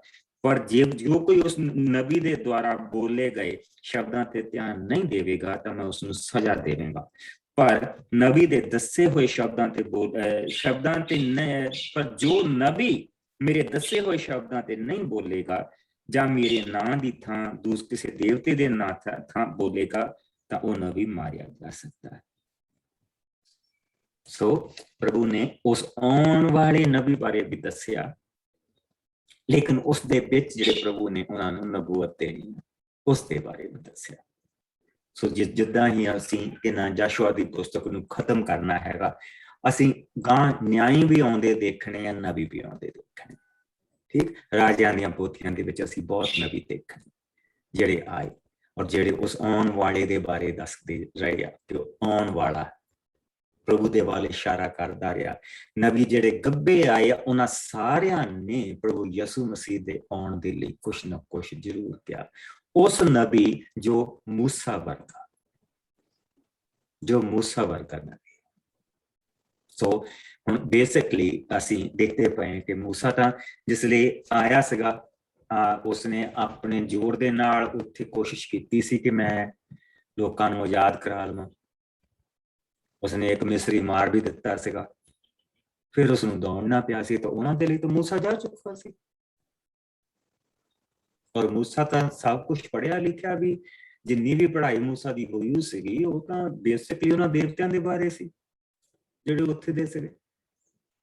ਸੋ ਰਾਜਕੁਮਾਰਾਂ ਨੂੰ ਪੜ੍ਹਿਆ, ਤੇ ਜਿਸ ਲਈ ਉਸਨੂੰ ਪਤਾ ਲੱਗਾ ਕਿ ਮੈਂ ਅਸਲ ਦੇ ਵਿੱਚ ਮੈਂ ਇਹਨਾਂ ਦਾ ਮੈਂ ਮਿਸਰੀ ਨਹੀਂ, ਮੈਨੂੰ ਗੋਦ ਲਿਆ ਹੈ ਮੈਂ ਇਬਰਾਨੀਆਂ ਦੇ ਵਿੱਚ। ਉਸ ਵੇਲੇ ਉਸਨੇ ਇੱਕ ਉਹਦੇ ਦਿਲ ਦੇ ਵਿੱਚ ਰਹਿਮ ਆਈ ਆਪਣੇ ਭਰਾਵਾਂ ਦੇ ਲਈ, ਤੇ ਉਸਨੇ ਇੱਕ ਬੰਦੇ ਨੂੰ ਬਚਾਉਣ ਦੇ ਲਈ ਅੱਗੇ ਗਿਆ। ਫਿਰ ਉਸਨੂੰ ਦੌੜਨਾ ਪਿਆ, ਉਹਨਾਂ ਦੇ ਲਈ ਚਲਾ ਗਿਆ ਸੀ। ਹੁਣ ਜਿਸ ਵੇਲੇ ਮੂਸਾ ਵਾਪਸ ਆ ਰਿਹਾ, ਉਸਨੂੰ ਕਹਿੰਦੇ ਪ੍ਰਭੂ ਦੇ ਬਾਰੇ ਦੱਸਿਆ, ਕਹਿੰਦੇ ਪ੍ਰਭੂ ਦੇ ਬਾਰੇ ਪੜ੍ਹਾਇਆ ਸੀ ਕਿਸੇ ਨੇ ਵੀ। ਲੇਕਿਨ ਉਹ ਇਸੇ ਕਰਕੇ ਮੂਸਾ ਉਹਨਾਂ ਨੂੰ ਕਹਿ ਰਿਹਾ ਕਿ ਉਹ ਮੇਰਾ ਯਕੀਨ ਨਹੀਂ ਕਰਨਗੇ ਜਿਸ ਲਈ ਮੈਂ ਜਾਊਂਗਾ। ਸੋ ਹੁਣ ਅਸੀਂ ਮੂਸਾ ਬਾਰੇ ਦੇਖਦੇ ਪਏ, ਉਹਨਾਂ ਨੇ ਮੇਰਾ ਯਕੀਨ ਨਹੀਂ ਕਰਨਾ, ਮੈਂ ਜਿਸ ਲਈ ਮੈਂ ਕੀ ਕਵਾਂ ਜਾ ਕੇ ਮੈਨੂੰ ਕਿਹਨੇ ਘੱਲਿਆ। ਸੋ ਉਸਨੂੰ ਤਾਂ ਇਹੋ ਹੀ ਨਹੀਂ ਪਤਾ ਕਿ ਪ੍ਰਭੂ ਪਰਮੇਸ਼ਵਰ ਹੈ ਕੌਣ। ਉਸਨੇ ਕਿਹਾ ਕਿ ਮੈਂ ਅਬਰਾਹਮ, ਇਸਹਾਕ ਔਰ ਯਾਕੂਬ ਦਾ ਪਰਮੇਸ਼ਵਰ, ਜੋ ਉਹਨਾਂ ਦੀ ਸੰਤਾਨ ਨੂੰ ਲੈਣ ਦੇ ਲਈ ਮੈਂ ਤੈਨੂੰ ਘੱਲ ਰਿਹਾ। ਤੂੰ ਰਾਜਾ ਨੂੰ ਕਹੀਂ, ਜਾ ਕੇ ਕਹੀਂ ਕਿ ਮੈਂ ਮੇਰੇ ਜੇਠੇ ਨੂੰ ਇੱਥੋਂ ਜਾਣ ਦੇ, ਮੇਰੇ ਚੁਣੇ ਹੋਏ ਲੋਕਾਂ ਨੂੰ ਇੱਥੋਂ ਜਾਣ ਦੇ। ਉਹ ਕਹਿੰਦਾ ਕਿ ਉਸਨੇ ਕਿੱਦਾਂ ਜਾਣ ਦੇਣਾ। ਸੋ ਅਸੀਂ ਫਿਰ ਉਸ ਤੋਂ ਬਾਅਦ ਦੇਖਦੇ ਹਾਂ ਕਿ ਪ੍ਰਭੂ ਨੇ ਮੂਸਾ ਨੂੰ ਉਸਨੇ ਇੱਕ ਕਿਹਾ ਕਿ ਅੱਛਾ ਇਹਨੇ ਏਦਾਂ ਨਹੀਂ ਜਾਣਾ। ਸੋ ਜੋ ਉਹ ਉੱਥੇ ਦੇ ਲੋਕ ਕਰਦੇ ਸੀ ਉਹਨਾਂ ਨੇ ਉਹੀ ਉਸਨੂੰ ਗਿਆਨ ਦਿੱਤਾ। ਕਹਿੰਦਾ ਆਪਣੀ ਸੋਟੀ ਸੁੱਟ ਤੇ ਉਸਨੇ ਸੁੱਟ ਦਿੱਤੀ, ਕਹਿੰਦਾ ਉਹ ਸੱਪ ਬਣ ਗਏ। ਉਹ ਡਰ ਕੇ ਪਰਾਂ ਨੂੰ ਦੌੜਾ, ਕਹਿੰਦਾ ਇਹਨੂੰ ਪੂਛ ਤੋਂ ਫੜ ਲਿਆ, ਉਹਨੇ ਪੂਛ ਤੋਂ ਫੜਿਆ, ਮੁੜ ਕੇ ਸੋਟੀ ਬਣ ਗਈ। That was a big thing for ਉਹਨਾਂ ਦੇ ਲਈ, ਕਿਉਂਕਿ ਉਹ ਇਦਾਂ ਦੇ ਕੰਮ ਕਰਦੇ ਸੀ ਜਿੱਥੋਂ ਉਹ ਆਇਆ ਸੀ। ਆਪਣਾ ਹੱਥ ਚੋਵੇ ਦੇ ਵਿੱਚ ਪਾ, ਬਾਹਰ ਕਾੜੋ, ਕੋੜ ਨਾ ਭਰਿਆ ਸੀਗਾ, ਇਸ ਨੂੰ ਮੁੜ ਕੇ ਪਾ। ਉਹ ਠੀਕ ਸੀ, ਕਹਿੰਦਾ ਇਹ ਉਹਨਾਂ ਨੂੰ ਦਿਖਾਈ, ਤੇਰੇ ਤੇ ਵਿਸ਼ਵਾਸ ਕਰ ਲੈ। ਪਰ ਇਸ ਦੇ ਨਾਲ ਤਾਂ ਨਹੀਂ ਲੋਕ ਉੱਥੋਂ ਨਿਕਲਣੇ ਸੀਗੇ, ਇਹਨਾਂ ਚੀਜ਼ਾਂ ਦੇ ਨਾਲ ਤਾਂ ਨਹੀਂ ਲੋਕ ਉੱਥੋਂ ਨਿਕਲਣੇ ਸੀ, ਕਿਉਂਕਿ ਉਹਨਾਂ ਨੇ ਤਾਂ ਪਾਣੀ ਲਹੂ ਬਣਾ ਕੇ ਦਿਖਾਤਾ ਸੀ ਰਾਜਾ ਨੂੰ। ਇਹਨਾਂ ਚੀਜ਼ਾਂ ਦੇ ਨਾਲ ਨਹੀਂ ਸੀ ਨਿਕਲਣੇ। ਤਾਂ ਪ੍ਰਭੂ ਨੇ ਆਪਣੀ ਤਾਕਤ ਦੇ ਨਾਲ ਉਹਨਾਂ ਨੂੰ ਕੱਢਣਾ ਸੀ। ਤਾਂ ਅਸੀਂ ਦੇਖਦੇ ਪਏ ਹਾਂ ਕਿ ਜਿਸ ਤਰ੍ਹਾਂ ਮੂਸਾ ਉਹਨਾਂ ਦੇ ਕੋਲ ਫਰਮ ਨੋਵੇਅਰ ਆਇਆ, ਉਸੇ ਤਰ੍ਹਾਂ ਪ੍ਰਭੂ ਯਿਸੂ ਮਸੀਹ ਨੇ ਆਉਣਾ। ਸੋ ਹੁਣ ਅਸੀਂ ਆਓ ਯਹੂਨਾ ਦੇ ਵਿੱਚ ਚਲੀਏ। ਯਹੂਨਾ ਦਾ ਪਹਿਲਾ ਭਾਗ, ਔਰ ਅਸੀਂ ਦੇਖਣਾ ਕਿ ਇਹਨਾਂ ਲੋਕਾਂ ਨੇ ਬਾਰ-ਬਾਰ ਉਹ ਸਵਾਲ ਪੁੱਛਣੇ ਆ ਔਰ ਬਾਰ-ਬਾਰ ਕੋਸ਼ਿਸ਼ ਕਰਨੀ ਆ ਕਿ ਇਹ ਉਹੀ ਨਬੀ ਆ। ਯਹੂਨਾ ਦਾ ਪਹਿਲਾ ਭਾਗ, ਜੌਨ ਚੈਪਟਰ 1,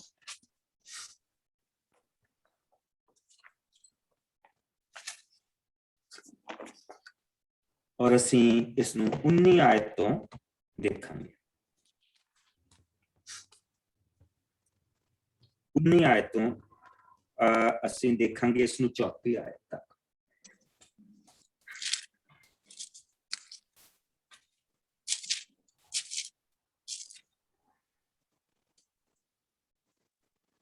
मैं ही पढ़ दूंगी पास्टर जी। मेरी बात पेज नंबर 162, यूहन्ना बपतिस्मा देने वाले दी गवाही। ਯਹੂਨਾ ਦੀ ਗਵਾਹੀ ਇਹ ਹੈ, ਜਦੋਂ ਯਰੂਸ਼ਲਮ ਤੋਂ ਯਹੂਦੀਆਂ ਨੇ ਪੁਰੋਹਿਤਾਂ ਅਤੇ ਮੰਦਰ ਦੇ ਸੇਵਾਦਾਰਾਂ ਨੂੰ ਘੱਲਿਆ ਕਿ ਉਹ ਯਹੂਨਾ ਤੋਂ ਪੁੱਛਣ, ਤੁਸੀਂ ਕੌਣ ਹੋ? ਤਾਂ ਯਹੂਨਾ ਨੇ ਖੁੱਲੇ ਸ਼ਬਦਾਂ ਵਿੱਚ ਇਹ ਮੰਨਦੇ ਹੋਏ ਸਾਫ਼-ਸਾਫ਼ ਉੱਤਰ ਦਿੱਤਾ, ਮੈਂ ਮਸੀਹ ਨਹੀਂ ਹਾਂ। ਉਹਨਾਂ ਪੁੱਛਿਆ, ਫਿਰ ਤੁਸੀਂ ਕੌਣ ਹੋ? ਕੀ ਤੁਸੀਂ ਏਲੀਆ ਨਬੀ ਹੋ? ਯਹੂਨਾ ਨੇ ਕਿਹਾ, ਨਹੀਂ। ਕੀ ਤੁਸੀਂ ਆਉਣ ਵਾਲੇ ਨਬੀ ਹੋ? ਉਸਨੇ ਉੱਤਰ ਦਿੱਤਾ, ਨਹੀਂ। ਇਸ ਉੱਤੇ ਉਹ ਬੋਲੇ, ਫਿਰ ਤੁਸੀਂ ਕੌਣ ਹੋ? ਸਾਨੂੰ ਦੱਸੋ ਤਾਂ ਜੋ ਅਸੀਂ ਆਪਣੇ ਘੱਲਣ ਵਾਲਿਆਂ ਨੂੰ ਕੁਝ ਉੱਤਰ ਦੇ ਸਕੀਏ। ਤੁਸੀਂ ਆਪਣੇ ਬਾਰੇ ਵਿੱਚ ਕੀ ਕਹਿੰਦੇ ਹੋ? ਯਹੂਨਾ ਨੇ ਉੱਤਰ ਦਿੱਤਾ, ਜਿਸ ਤਰ੍ਹਾਂ ਯਹਸਾਇਆ ਨਬੀ ਦੀ ਪੁਸਤਕ ਵਿੱਚ ਲਿਖਿਆ ਹੋਇਆ ਹੈ, ਮੈਂ ਸੁਨਸਾਨ ਥਾਂ ਵਿੱਚ ਪੁਕਾਰਨ ਵਾਲੇ ਦੀ ਆਵਾਜ਼ ਹਾਂ ਕਿ ਪ੍ਰਭੂ ਦਾ ਰਾਹ ਸਿੱਧਾ ਕਰੋ। ਕੁਝ ਫਰੀਸੀ ਵੀ ਯਹੂਨਾ ਕੋਲ ਘੱਲੇ ਗਏ ਸਨ। ਉਹਨਾਂ ਨੇ ਯਹੂਨਾ ਤੋਂ ਪੁੱਛਿਆ, ਜੇਕਰ ਤੁਸੀਂ ਮਸੀਹ ਨਹੀਂ ਹੋ, ਏਲੀਆ ਨਬੀ ਨਹੀਂ ਹੋ ਅਤੇ ਨਾ ਹੀ ਆਉਣ ਵਾਲੇ ਨਬੀ ਹੋ, ਤਾਂ ਫਿਰ ਤੁਸੀਂ ਬਪਤਿਸਮਾ ਕਿਉਂ ਦਿੰਦੇ ਹੋ? ਯਹੂਨਾ ਨੇ ਉੱਤਰ ਦਿੱਤਾ, ਮੈਂ ਤਾਂ ਤੁਹਾਨੂੰ ਪਾਣੀ ਨਾਲ ਬਪਤਿਸਮਾ ਦਿੰਦਾ ਹਾਂ, ਪਰ ਤੁਹਾਡੇ ਵਿੱਚ ਇੱਕ ਜਨ ਖਲੋਤਾ ਹੋਇਆ ਹੈ ਜਿਸ ਨੂੰ ਤੁਸੀਂ ਪਛਾਣਦੇ ਨਹੀਂ ਹੋ। ਬੇਸ਼ੱਕ ਉਹ ਮੇਰੇ ਪਿੱਛੇ ਆ ਰਿਹਾ ਹੈ, ਪਰ ਮੈਂ ਉਸਦੇ ਜੋੜੇ ਝਾੜਨ ਦੇ ਯੋਗ ਵੀ ਨਹੀਂ ਹਾਂ। ਇਹ ਸਭ ਕੁਝ ਜਰਦਨ ਦਰਿਆ ਦੇ ਪਰਲੇ ਪਾਸੇ ਬੈਤਨੀਆ ਨਗਰ ਦੇ ਲਾਗੇ ਹੋਇਆ, ਜਿੱਥੇ ਯਹੂਨਾ ਬਪਤਿਸਮਾ ਦੇ ਰਿਹਾ ਸੀ। ਅਗਲੇ ਦਿਨ ਯਹੂਨਾ ਨੇ ਯਿਸੂ ਨੂੰ ਆਪਣੇ ਵੱਲ ਆਉਂਦਿਆਂ ਦੇਖ ਕੇ ਕਿਹਾ, ਦੇਖੋ ਪਰਮੇਸ਼ਵਰ ਦਾ ਮੇਮਣਾ, ਜੋ ਸੰਸਾਰ ਦੇ ਪਾਪਾਂ ਨੂੰ ਚੁੱਕ ਕੇ ਲੈ ਜਾਂਦਾ ਹੈ। ਇਹ ਉਹੀ ਹੈ ਜਿਸ ਦੇ ਬਾਰੇ ਮੈਂ ਕਿਹਾ ਸੀ, ਮੇਰੇ ਪਿੱਛੇ ਆਉਣ ਵਾਲਾ ਇੱਕ ਆਦਮੀ ਮੇਰੇ ਤੋਂ ਮਹਾਨ ਹੈ, ਕਿਉਂਕਿ ਉਹ ਮੇਰੇ ਜਨਮ ਲੈਣ ਤੋਂ ਪਹਿਲਾਂ ਹੀ ਵਿਦਵਾਨ ਸੀ। ਮੈਂ ਆਪ ਵੀ ਉਸ ਨੂੰ ਪਛਾਣਦਾ ਨਹੀਂ ਸੀ, ਅਤੇ ਮੈਂ ਇਸੇ ਲਈ ਹੀ ਪਾਣੀ ਨਾਲ ਬਪਤਿਸਮਾ ਦਿੰਦਾ ਹੋਇਆ ਆਇਆ ਕਿ ਉਹ ਇਜ਼ਰਾਈਲ ਉੱਤੇ ਪ੍ਰਗਟ ਹੋ ਜਾਏ। ਯਹੂਨਾ ਨੇ ਇਸ ਤਰ੍ਹਾਂ ਗਵਾਹੀ ਦਿੱਤੀ, ਮੈਂ ਪਵਿੱਤਰ ਆਤਮਾ ਨੂੰ ਸਵਰਗ ਤੋਂ ਕਬੂਤਰ ਵਾਂਗ ਉਤਰਦੇ ਦੇਖਿਆ ਅਤੇ ਉਹ ਯਿਸੂ ਉੱਤੇ ਠਹਿਰ ਗਿਆ। ਮੈਂ ਉਸ ਨੂੰ ਨਹੀਂ ਪਛਾਣਦਾ ਸਾਂ, ਪਰ ਪਰਮੇਸ਼ਵਰ ਜਿਸ ਨੇ ਮੈਨੂੰ ਪਾਣੀ ਨਾਲ ਬਪਤਿਸਮਾ ਦੇਣ ਲਈ ਘੱਲਿਆ ਨੇ ਕਿਹਾ, ਤੂੰ ਪਵਿੱਤਰ ਆਤਮਾ ਨੂੰ ਉਤਰਦੇ ਅਤੇ ਇੱਕ ਆਦਮੀ ਉੱਤੇ ਠਹਿਰਦੇ ਦੇਖੇਂਗਾ। ਉਹੀ ਹੈ ਜੋ ਪਵਿੱਤਰ ਆਤਮਾ ਨਾਲ ਬਪਤਿਸਮਾ ਦੇਣ ਵਾਲਾ ਹੈ। ਇਹ ਮੈਂ ਆਪਣੀਆਂ ਅੱਖਾਂ ਨਾਲ ਦੇਖਿਆ ਹੈ ਅਤੇ ਇਹ ਮੇਰੀ ਗਵਾਹੀ ਹੈ ਕਿ ਉਹੀ ਪਰਮੇਸ਼ਵਰ ਦਾ ਪੁੱਤਰ ਹੈ। ਉਹ ਪਰਮੇਸ਼ਰ ਦਾ ਪੁੱਤਰ ਹੈ। ਸੋ ਬੇਸਿਕਲੀ ਯਹੂਨਾ ਬਪਤਿਸਮਾ ਦੇਣ ਵਾਲਾ ਮਰੀਅਮ ਦੇ ਰਿਸ਼ਤੇਦਾਰਾਂ ਦੇ ਵਿੱਚੋਂ ਸੀ। ਸੋ ਉਹ ਇੱਕ ਦੂਸਰੇ ਨੂੰ ਜਾਣਦੇ ਸੀ, ਲੇਕਿਨ ਉਹ ਯਿਸੂ ਦੇ ਬਾਰੇ ਇਸ ਤਰ੍ਹਾਂ ਖੋਲ ਕੇ ਨਹੀਂ ਜਾਣਦਾ ਸੀ, ਕਿਉਂਕਿ ਪ੍ਰਭੂ ਨੇ ਜਿਹੜਾ ਉਸਨੂੰ ਕੰਮ ਦਿੱਤਾ ਸੀ ਉਹ ਸਿਰਫ ਇੱਕ ਸੀ ਕਿ ਤੂੰ ਜਾ ਕੇ ਜਰਦਨ ਦਰਿਆ ਦੇ ਕੰਢੇ ਖੜਾ ਹੋ ਜਾ ਔਰ ਲੋਕਾਂ ਨੂੰ ਬਪਤਿਸਮਾ ਲੈਣ ਦੇ ਲਈ ਬੁਲਾ। ਔਰ ਜਿਸਲੇ ਤੂੰ ਬਪਤਿਸਮਾ ਦੇਂਗਾ, ਅਗਰ ਤਾਂ ਤੂੰ ਸਵਰਗ ਨੂੰ ਖੁੱਲਾ ਔਰ ਆਤਮਾ ਨੂੰ ਆਉਂਦਾ ਦੇਖੇ ਔਰ ਉਸ ਬੰਦੇ ਤੇ ਠਹਿਰਦਾ ਦੇਖੇ। ਜੇ ਇਸ ਤਰ੍ਹਾਂ ਨਹੀਂ ਹੁੰਦਾ ਤੇ ਉਹ ਨਹੀਂ, ਉਸਨੂੰ ਪਛਤਾਵੇ ਦਾ ਬਪਤਿਸਮਾ ਦੇ ਕੇ ਘੱਲ ਦੇ ਔਰ ਇਸ ਤਰ੍ਹਾਂ ਤੋਂ ਬਪਤਿਸਮਾ ਦਿੰਦਾ ਚਲਿਆ ਜਾ। ਸੋ ਉਹ ਬੇਸਿਕਲੀ ਇਹਦੀ ਮਿਨਿਸਟਰੀ ਬਹੁਤ ਛੋਟੀ ਸੀ ਯਹੂਨਾ ਬਪਤਿਸਮਾ ਦੇਣ ਵਾਲੇ ਦੀ। ਬੇਸਿਕਲੀ ਇਸ ਦੀ ਮਿਨਿਸਟਰੀ 2 ਸਾਲ ਦੀ ਸੀ ਸਾਰੀ। ਸੋ ਉਹ ਬਪਤਿਸਮਾ ਦੇ ਰਿਹਾ ਔਰ ਲੋਕਾਂ ਨੂੰ ਘੱਲ ਰਿਹਾ। ਔਰ ਜਦ ਪ੍ਰਭੂ ਯਿਸੂ ਉੱਥੇ ਆਇਆ ਤੇ ਫਿਰ ਜਿਸ ਲਈ ਉਸਨੇ ਪ੍ਰਭੂ ਯਿਸੂ ਮਸੀਹ ਨੂੰ ਉਸਨੇ ਬਪਤਿਸਮਾ ਦਿੱਤਾ, ਉਸਨੇ ਸਵਰਗ ਨੂੰ ਖੁੱਲਿਆ ਔਰ ਪਵਿੱਤਰ ਆਤਮਾ ਨੂੰ ਆਉਂਦਿਆਂ ਔਰ ਉਹਦੇ ਉੱਤੇ ਠਹਿਰਦਿਆਂ ਦੇਖਿਆ। ਔਰ ਪ੍ਰਭੂ ਯਿਸੂ ਮਸੀਹ ਤਾਂ ਉਸ ਤੋਂ ਬਾਅਦ ਫਿਰ 40 ਦਿਨ ਦੇ ਲਈ ਚਲੇ ਗਏ। 40 ਦਿਨ ਤੋਂ ਤੱਕ ਪ੍ਰਭੂ ਯਿਸੂ ਮਸੀਹ ਨੂੰ ਜਿਸ ਤਰ੍ਹਾਂ 40 ਸਾਲ ਸ਼ੈਤਾਨ ਨੇ ਅਬਰਾਹਮ ਦੀ ਸੰਤਾਨ ਨੂੰ ਵਿਰਾਨੇ ਦੇ ਵਿੱਚ ਉਹਨਾਂ ਨੂੰ ਤੁਸੀਂ ਇਹ ਕਹ ਲਓ ਕਿ ਪਰਖਿਆ। ਔਰ ਇਸੇ ਤਰ੍ਹਾਂ ਪ੍ਰਭੂ ਯਿਸੂ ਮਸੀਹ ਨੂੰ 40 ਦਿਨ ਵੈਰੀ ਦੇ ਆਤਮਾ ਨੇ ਪਰਖਿਆ। ਉਸਨੇ ਇਹ ਸਵਾਲ ਇੱਕੋ ਦਿਨ ਹੀ ਨਹੀਂ ਸਾਰੇ ਕੀਤੇ, ਉਹ ਲੱਗਾ ਰਿਹਾ ਹੌਲੀ ਹੌਲੀ ਲੱਗਾ ਰਿਹਾ, ਪਿਆਰ ਰਿਹਾ ਪ੍ਰਭੂ ਦੇ ਪਿੱਛੇ।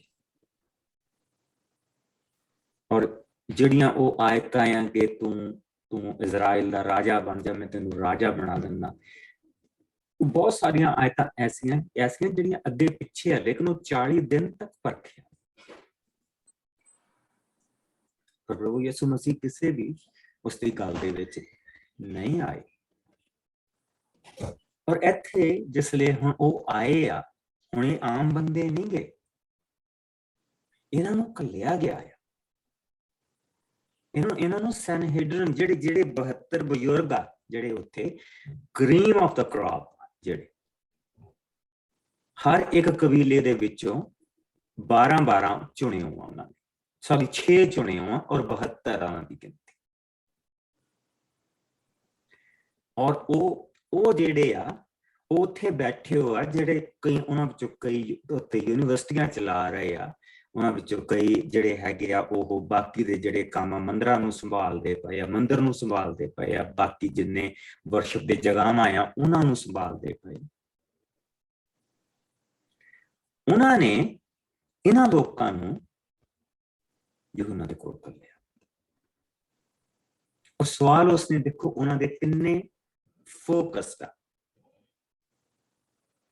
ਔਰ ਉਹਨਾਂ ਨੂੰ ਉਸਨੇ ਪੁੱਛਿਆ, ਮੰਦਿਰ ਦੇ ਸੇਵਾਦਾਰਾਂ ਨੂੰ ਘੱਲਿਆ ਅਤੇ ਯਹੂਨਾ ਤੋਂ ਪੁੱਛਣ ਕਿ ਤੁਸੀਂ ਕੌਣ ਹੋ। ਤਾਂ ਯਹੂਨਾ ਨੇ ਖੁੱਲੇ ਸ਼ਬਦਾਂ ਦੇ ਵਿੱਚ ਇਹ ਮੰਨਦੇ ਹੋਏ ਸਾਫ਼-ਸਾਫ਼ ਉੱਤਰ ਦਿੱਤਾ ਕਿ ਮੈਂ ਮਸੀਹ ਨਹੀਂ, ਆਮ ਨਾਟ ਦਾ ਮਸੀਹ। ਕਾਰਨ ਕੀ ਸੀਗਾ? ਉੱਥੇ ਬਹੁਤ ਸਾਰੇ ਮਸੀਹ ਬਣ ਕੇ ਬੈਠੇ, ਖੂਬ ਲੋਕ ਉੱਥੇ ਜਿਹੜੇ ਲੋਕਾਂ ਨੂੰ ਧੋਖਾ ਦੇ ਰਹੇ ਸੀ ਮਸੀਹ ਬਣ ਕੇ, ਬਥੇਰੇ ਆਏ। ਜਦੋਂ ਅਸੀਂ ਆਏ ਨਾ ਇੱਥੇ ਆਵਾਂਗੇ, ਫਿਰ ਅਸੀਂ ਉਹਨਾਂ ਸਾਰੇ ਮਸੀਹ ਜਿਹੜੇ ਬਣ ਕੇ ਬੈਠੇ ਸੀ ਉਹਨਾਂ ਨੂੰ ਦੇਖਾਂਗੇ। ਕੀ ਤੁਸੀਂ ਏਲੀਆ ਨਬੀ ਹੋ? ਬਚਨ ਚ ਇਹ ਵੀ ਲਿਖਾ ਕਿ ਏਲੀਆ ਨਬੀ ਦੁਆਰਾ ਆਉਣਾ। ਕੀ ਤੁਸੀਂ ਏਲੀਆ ਨਬੀ ਹੋ? ਉਸਨੇ ਯਹੂਨਾ ਨੇ ਉੱਤਰ ਦਿੱਤਾ ਨਹੀਂ। ਹੁਣ ਸਵਾਲ ਉਹਨਾਂ ਨੇ ਪੁੱਛਿਆ, ਕੀ ਤੁਸੀਂ ਆਉਣ ਵਾਲੇ ਨਬੀ ਹੋ? ਆਉਣ ਵਾਲੇ ਨਬੀ ਦੇ ਵਿੱਚ ਔਰ ਮਸੀਹ ਦੇ ਵਿੱਚ ਕੋਈ ਫਰਕ ਨਹੀਂ, ਕਿਉਂਕਿ ਮੂਸਾ ਜਿਹੜਾ ਸੀਗਾ, ਜਿਹੜਾ ਇਹਨਾਂ ਨੂੰ ਪਹਿਲਾ ਨਬੀ ਮਿਲਿਆ, ਮੂਸਾ ਜਿਹੜਾ ਸੀਗਾ, ਮੂਸਾ ਲੋਕਾਂ ਨੂੰ ਉਹਨਾਂ ਦੀ ਸਰੀਰਕ ਗੁਲਾਮੀ ਦੇ ਵਿੱਚੋਂ ਕੱਢ ਕੇ ਲੈ ਕੇ ਆਇਆ ਔਰ ਧਰਤੀ ਉੱਤੇ ਇੱਕ ਰਾਜ ਉਹਨਾਂ ਨੂੰ ਦਵਾਇਆ, ਇੱਕ ਦੇਸ਼ ਉਹਨਾਂ ਨੂੰ ਦਿੱਤਾ ਗਿਆ ਜਿੱਥੇ ਉਹ ਰਹਿ ਸਕਦੇ ਸੀ। ਪ੍ਰਭੂ ਯਿਸੂ ਮਸੀਹ ਨੇ ਸਾਨੂੰ ਆਤਮਿਕ ਪਾਪ ਦੀ ਗੁਲਾਮੀ, ਆਤਮਿਕ ਗੁਲਾਮੀ ਤੋਂ ਬਚਾਇਆ ਔਰ ਸਾਨੂੰ ਉਸ ਦੇਸ਼ ਵਿੱਚ ਲੈ ਕੇ ਜਾ ਰਿਹਾ ਜਿਹੜਾ ਧਰਤੀ ਦਾ ਨਹੀਂ, ਜੋ ਸਵਰਗ ਦਾ ਹੈ। ਸੋ ਜਿਸ ਲਈ ਅਸੀਂ ਇਹਨਾਂ ਚੀਜ਼ਾਂ ਨੂੰ ਦੇਖਦੇ ਪਏ ਹਾਂ ਤੇ ਦੇਖਦੇ ਪਏ ਹਾਂ ਕਿ ਅਸੀਂ ਸਿਰਫ ਇਹ ਅੰਦਾਜ਼ੇ ਨਹੀਂ ਲਾਉਂਦੇ ਪਏ ਕਿ ਉਹ ਆਉਣ ਵਾਲਾ ਨਬੀ ਕੌਣ ਆ। ਇਹ ਪੁੱਛਿਆ ਜਾ ਰਿਹਾ ਉਸ ਨੂੰ, ਲੋਕ ਲੱਭਦੇ ਪਏ ਉਸ ਆਉਣ ਵਾਲੇ ਨਬੀ। ਔਰ ਅਸੀਂ ਕੱਲ ਵੀ ਪੜ੍ਹਿਆ ਸੀਗਾ ਕਿ ਉਹ ਜਿਸ ਲਈ ਪੁੱਛਦੇ ਪਏ, ਜਿਸ ਲਈ ਪ੍ਰਭੂ ਯਿਸੂ ਮਸੀਹ ਨੇ ਕਿਹਾ ਕਿ ਆਓ ਮੈਥੋਂ ਪੀਓ, ਤੇ ਉਹਨਾਂ ਨੇ ਕਿਹਾ ਤੇ ਕੀ ਜਿਹੜਾ ਆਉਣ ਵਾਲਾ ਨਬੀ ਆ ਉਹ ਇਸ ਤੋਂ ਜ਼ਿਆਦਾ ਹੋਏਗਾ, ਇਸ ਤੋਂ ਜ਼ਿਆਦਾ ਉਹ ਚਿੰਨ੍ਹ ਦਿਖਾਏਗਾ। ਅਸੀਂ ਹਜ਼ਾਰਾਂ ਨੇ ਰੋਟੀ ਖਾਧੀ, ਅਸੀਂ ਦੇਖਿਆ ਕਿ ਪਸਾਹ ਦਾ ਤਿਉਹਾਰ ਪੂਰਾ ਹੋਇਆ, ਅਸੀਂ ਹਜ਼ਾਰਾਂ ਨੇ ਰੋਟੀ ਖਾਧੀ ਔਰ ਜੋ ਪ੍ਰਭੂ ਨੇ ਉਹਨਾਂ ਨੂੰ ਮੰਨਾ ਦਿੱਤਾ ਉਹ ਸੰਪੂਰਨ ਹੋਇਆ। ਪ੍ਰਭੂ ਯਿਸੂ ਮਸੀਹ ਨੇ ਉਹਨਾਂ ਨੂੰ ਕਿਹਾ ਕਿ ਮੈਂ ਜੀਵਨ ਦੀ ਰੋਟੀ ਹਾਂ। ਅਸੀਂ ਉਸ ਨੂੰ ਪੂਰਾ ਹੁੰਦਾ ਦੇਖਿਆ। ਫਿਰ ਅਸੀਂ ਪ੍ਰਭੂ ਦੇ ਵਚਨ ਦੇ ਵਿੱਚ ਦੇਖਿਆ ਕਿ ਪ੍ਰਭੂ ਨੇ ਆਪਣੇ ਆਪ ਨੂੰ ਸਬਤ ਵਾਲੇ ਦਿਨ ਪ੍ਰਭੂ ਨੇ ਇੱਕ ਇਨਸਾਨ ਨੂੰ ਜੋ ਅਧਰੰਗੀ ਸੀ ਉਸ ਨੂੰ ਠੀਕ ਕੀਤਾ ਔਰ ਉਸ ਨੂੰ ਕਿਹਾ ਕਿ ਤੂੰ ਆਪਣਾ ਸਮਾਨ ਚੁੱਕ ਤੇ ਜਾ। ਤੇ ਉਹਨਾਂ ਨੂੰ ਪੁੱਛਿਆ ਕਿ ਤੂੰ ਸਬਤ ਦੇ ਦਿਨ ਕਿਉਂ ਠੀਕ ਕੀਤਾ, ਤੂੰ ਬਾਕੀ ਦਿਨ ਨਹੀਂ ਕਰ ਸਕਦਾ ਸੀ? ਔਰ ਪ੍ਰਭੂ ਯਿਸੂ ਮਸੀਹ ਮਰਕਸ ਦੀ ਇੰਜੀਲ ਦੇ ਵਿੱਚ ਕਹਿੰਦੇ ਕਿ ਮੈਂ ਸਭ ਮਾਲਕ ਵੀ ਮੈਂ, ਮਨੁੱਖ ਦਾ ਪੁੱਤਰ ਸਵਰਗ ਦਾ ਮਾਲਕ ਵੀ ਆ।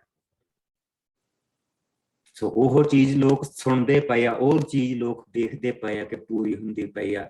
ਔਰ ਫਿਰ ਡੇਰਿਆਂ ਦੇ ਤਿਉਹਾਰ ਦੇ ਉੱਤੇ ਪ੍ਰਭੂ ਨੇ ਫਿਰ ਕਿਹਾ ਕਿ ਤੁਹਾਡੇ ਵਿੱਚੋਂ ਜਿਹੜਾ ਤਿਉਹਾਰ ਆਓ ਔਰ ਪੀਓ। ਇਸ ਕਰਕੇ ਲੋਕ ਕਹਿੰਦੇ ਪਏ ਆ ਕਿ ਜਿਸ ਆਉਣ ਵਾਲਾ ਨਬੀ ਜਿਹਦੇ ਬਾਰੇ ਦੱਸਿਆ ਗਿਆ ਸੀ ਕਿ ਮੂਸਾ ਵਰਗਾ ਨਬੀ ਸਾਨੂੰ ਇੱਕ ਮਿਲੇਗਾ, ਇਹ ਉਹ ਸਾਰੇ ਚਿੰਨ੍ਹ ਤਾਂ ਦਿਖਾਉਂਦਾ ਪਿਆ।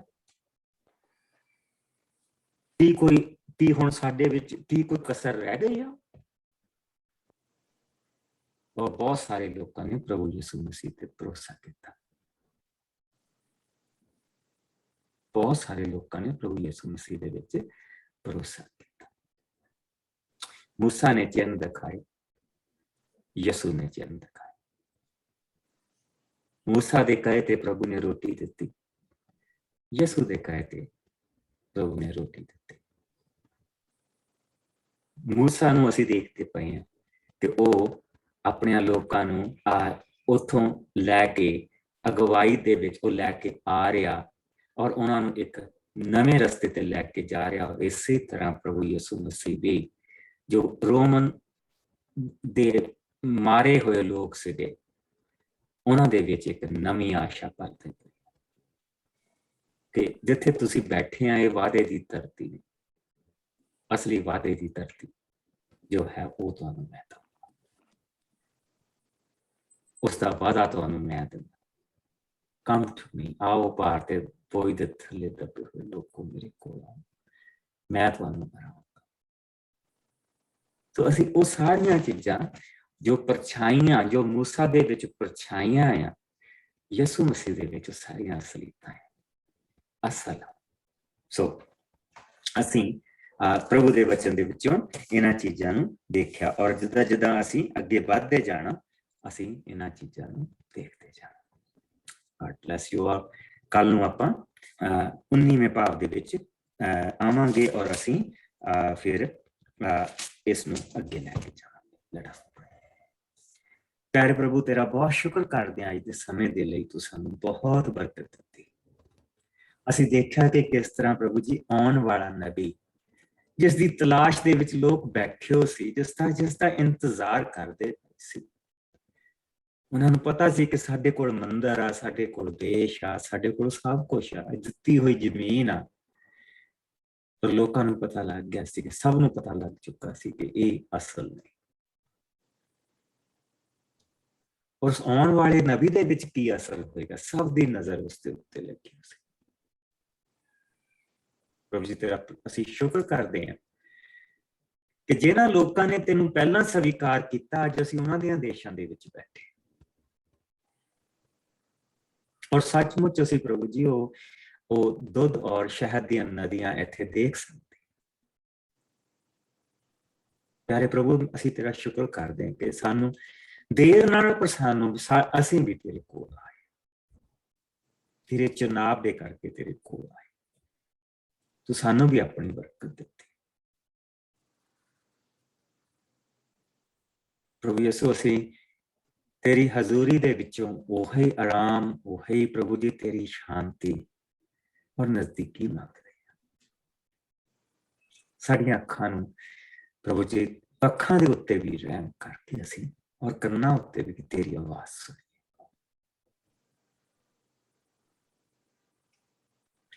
बुरे और बुराई तो मेरे प्यारे प्रभु तू सानू बचा के रखे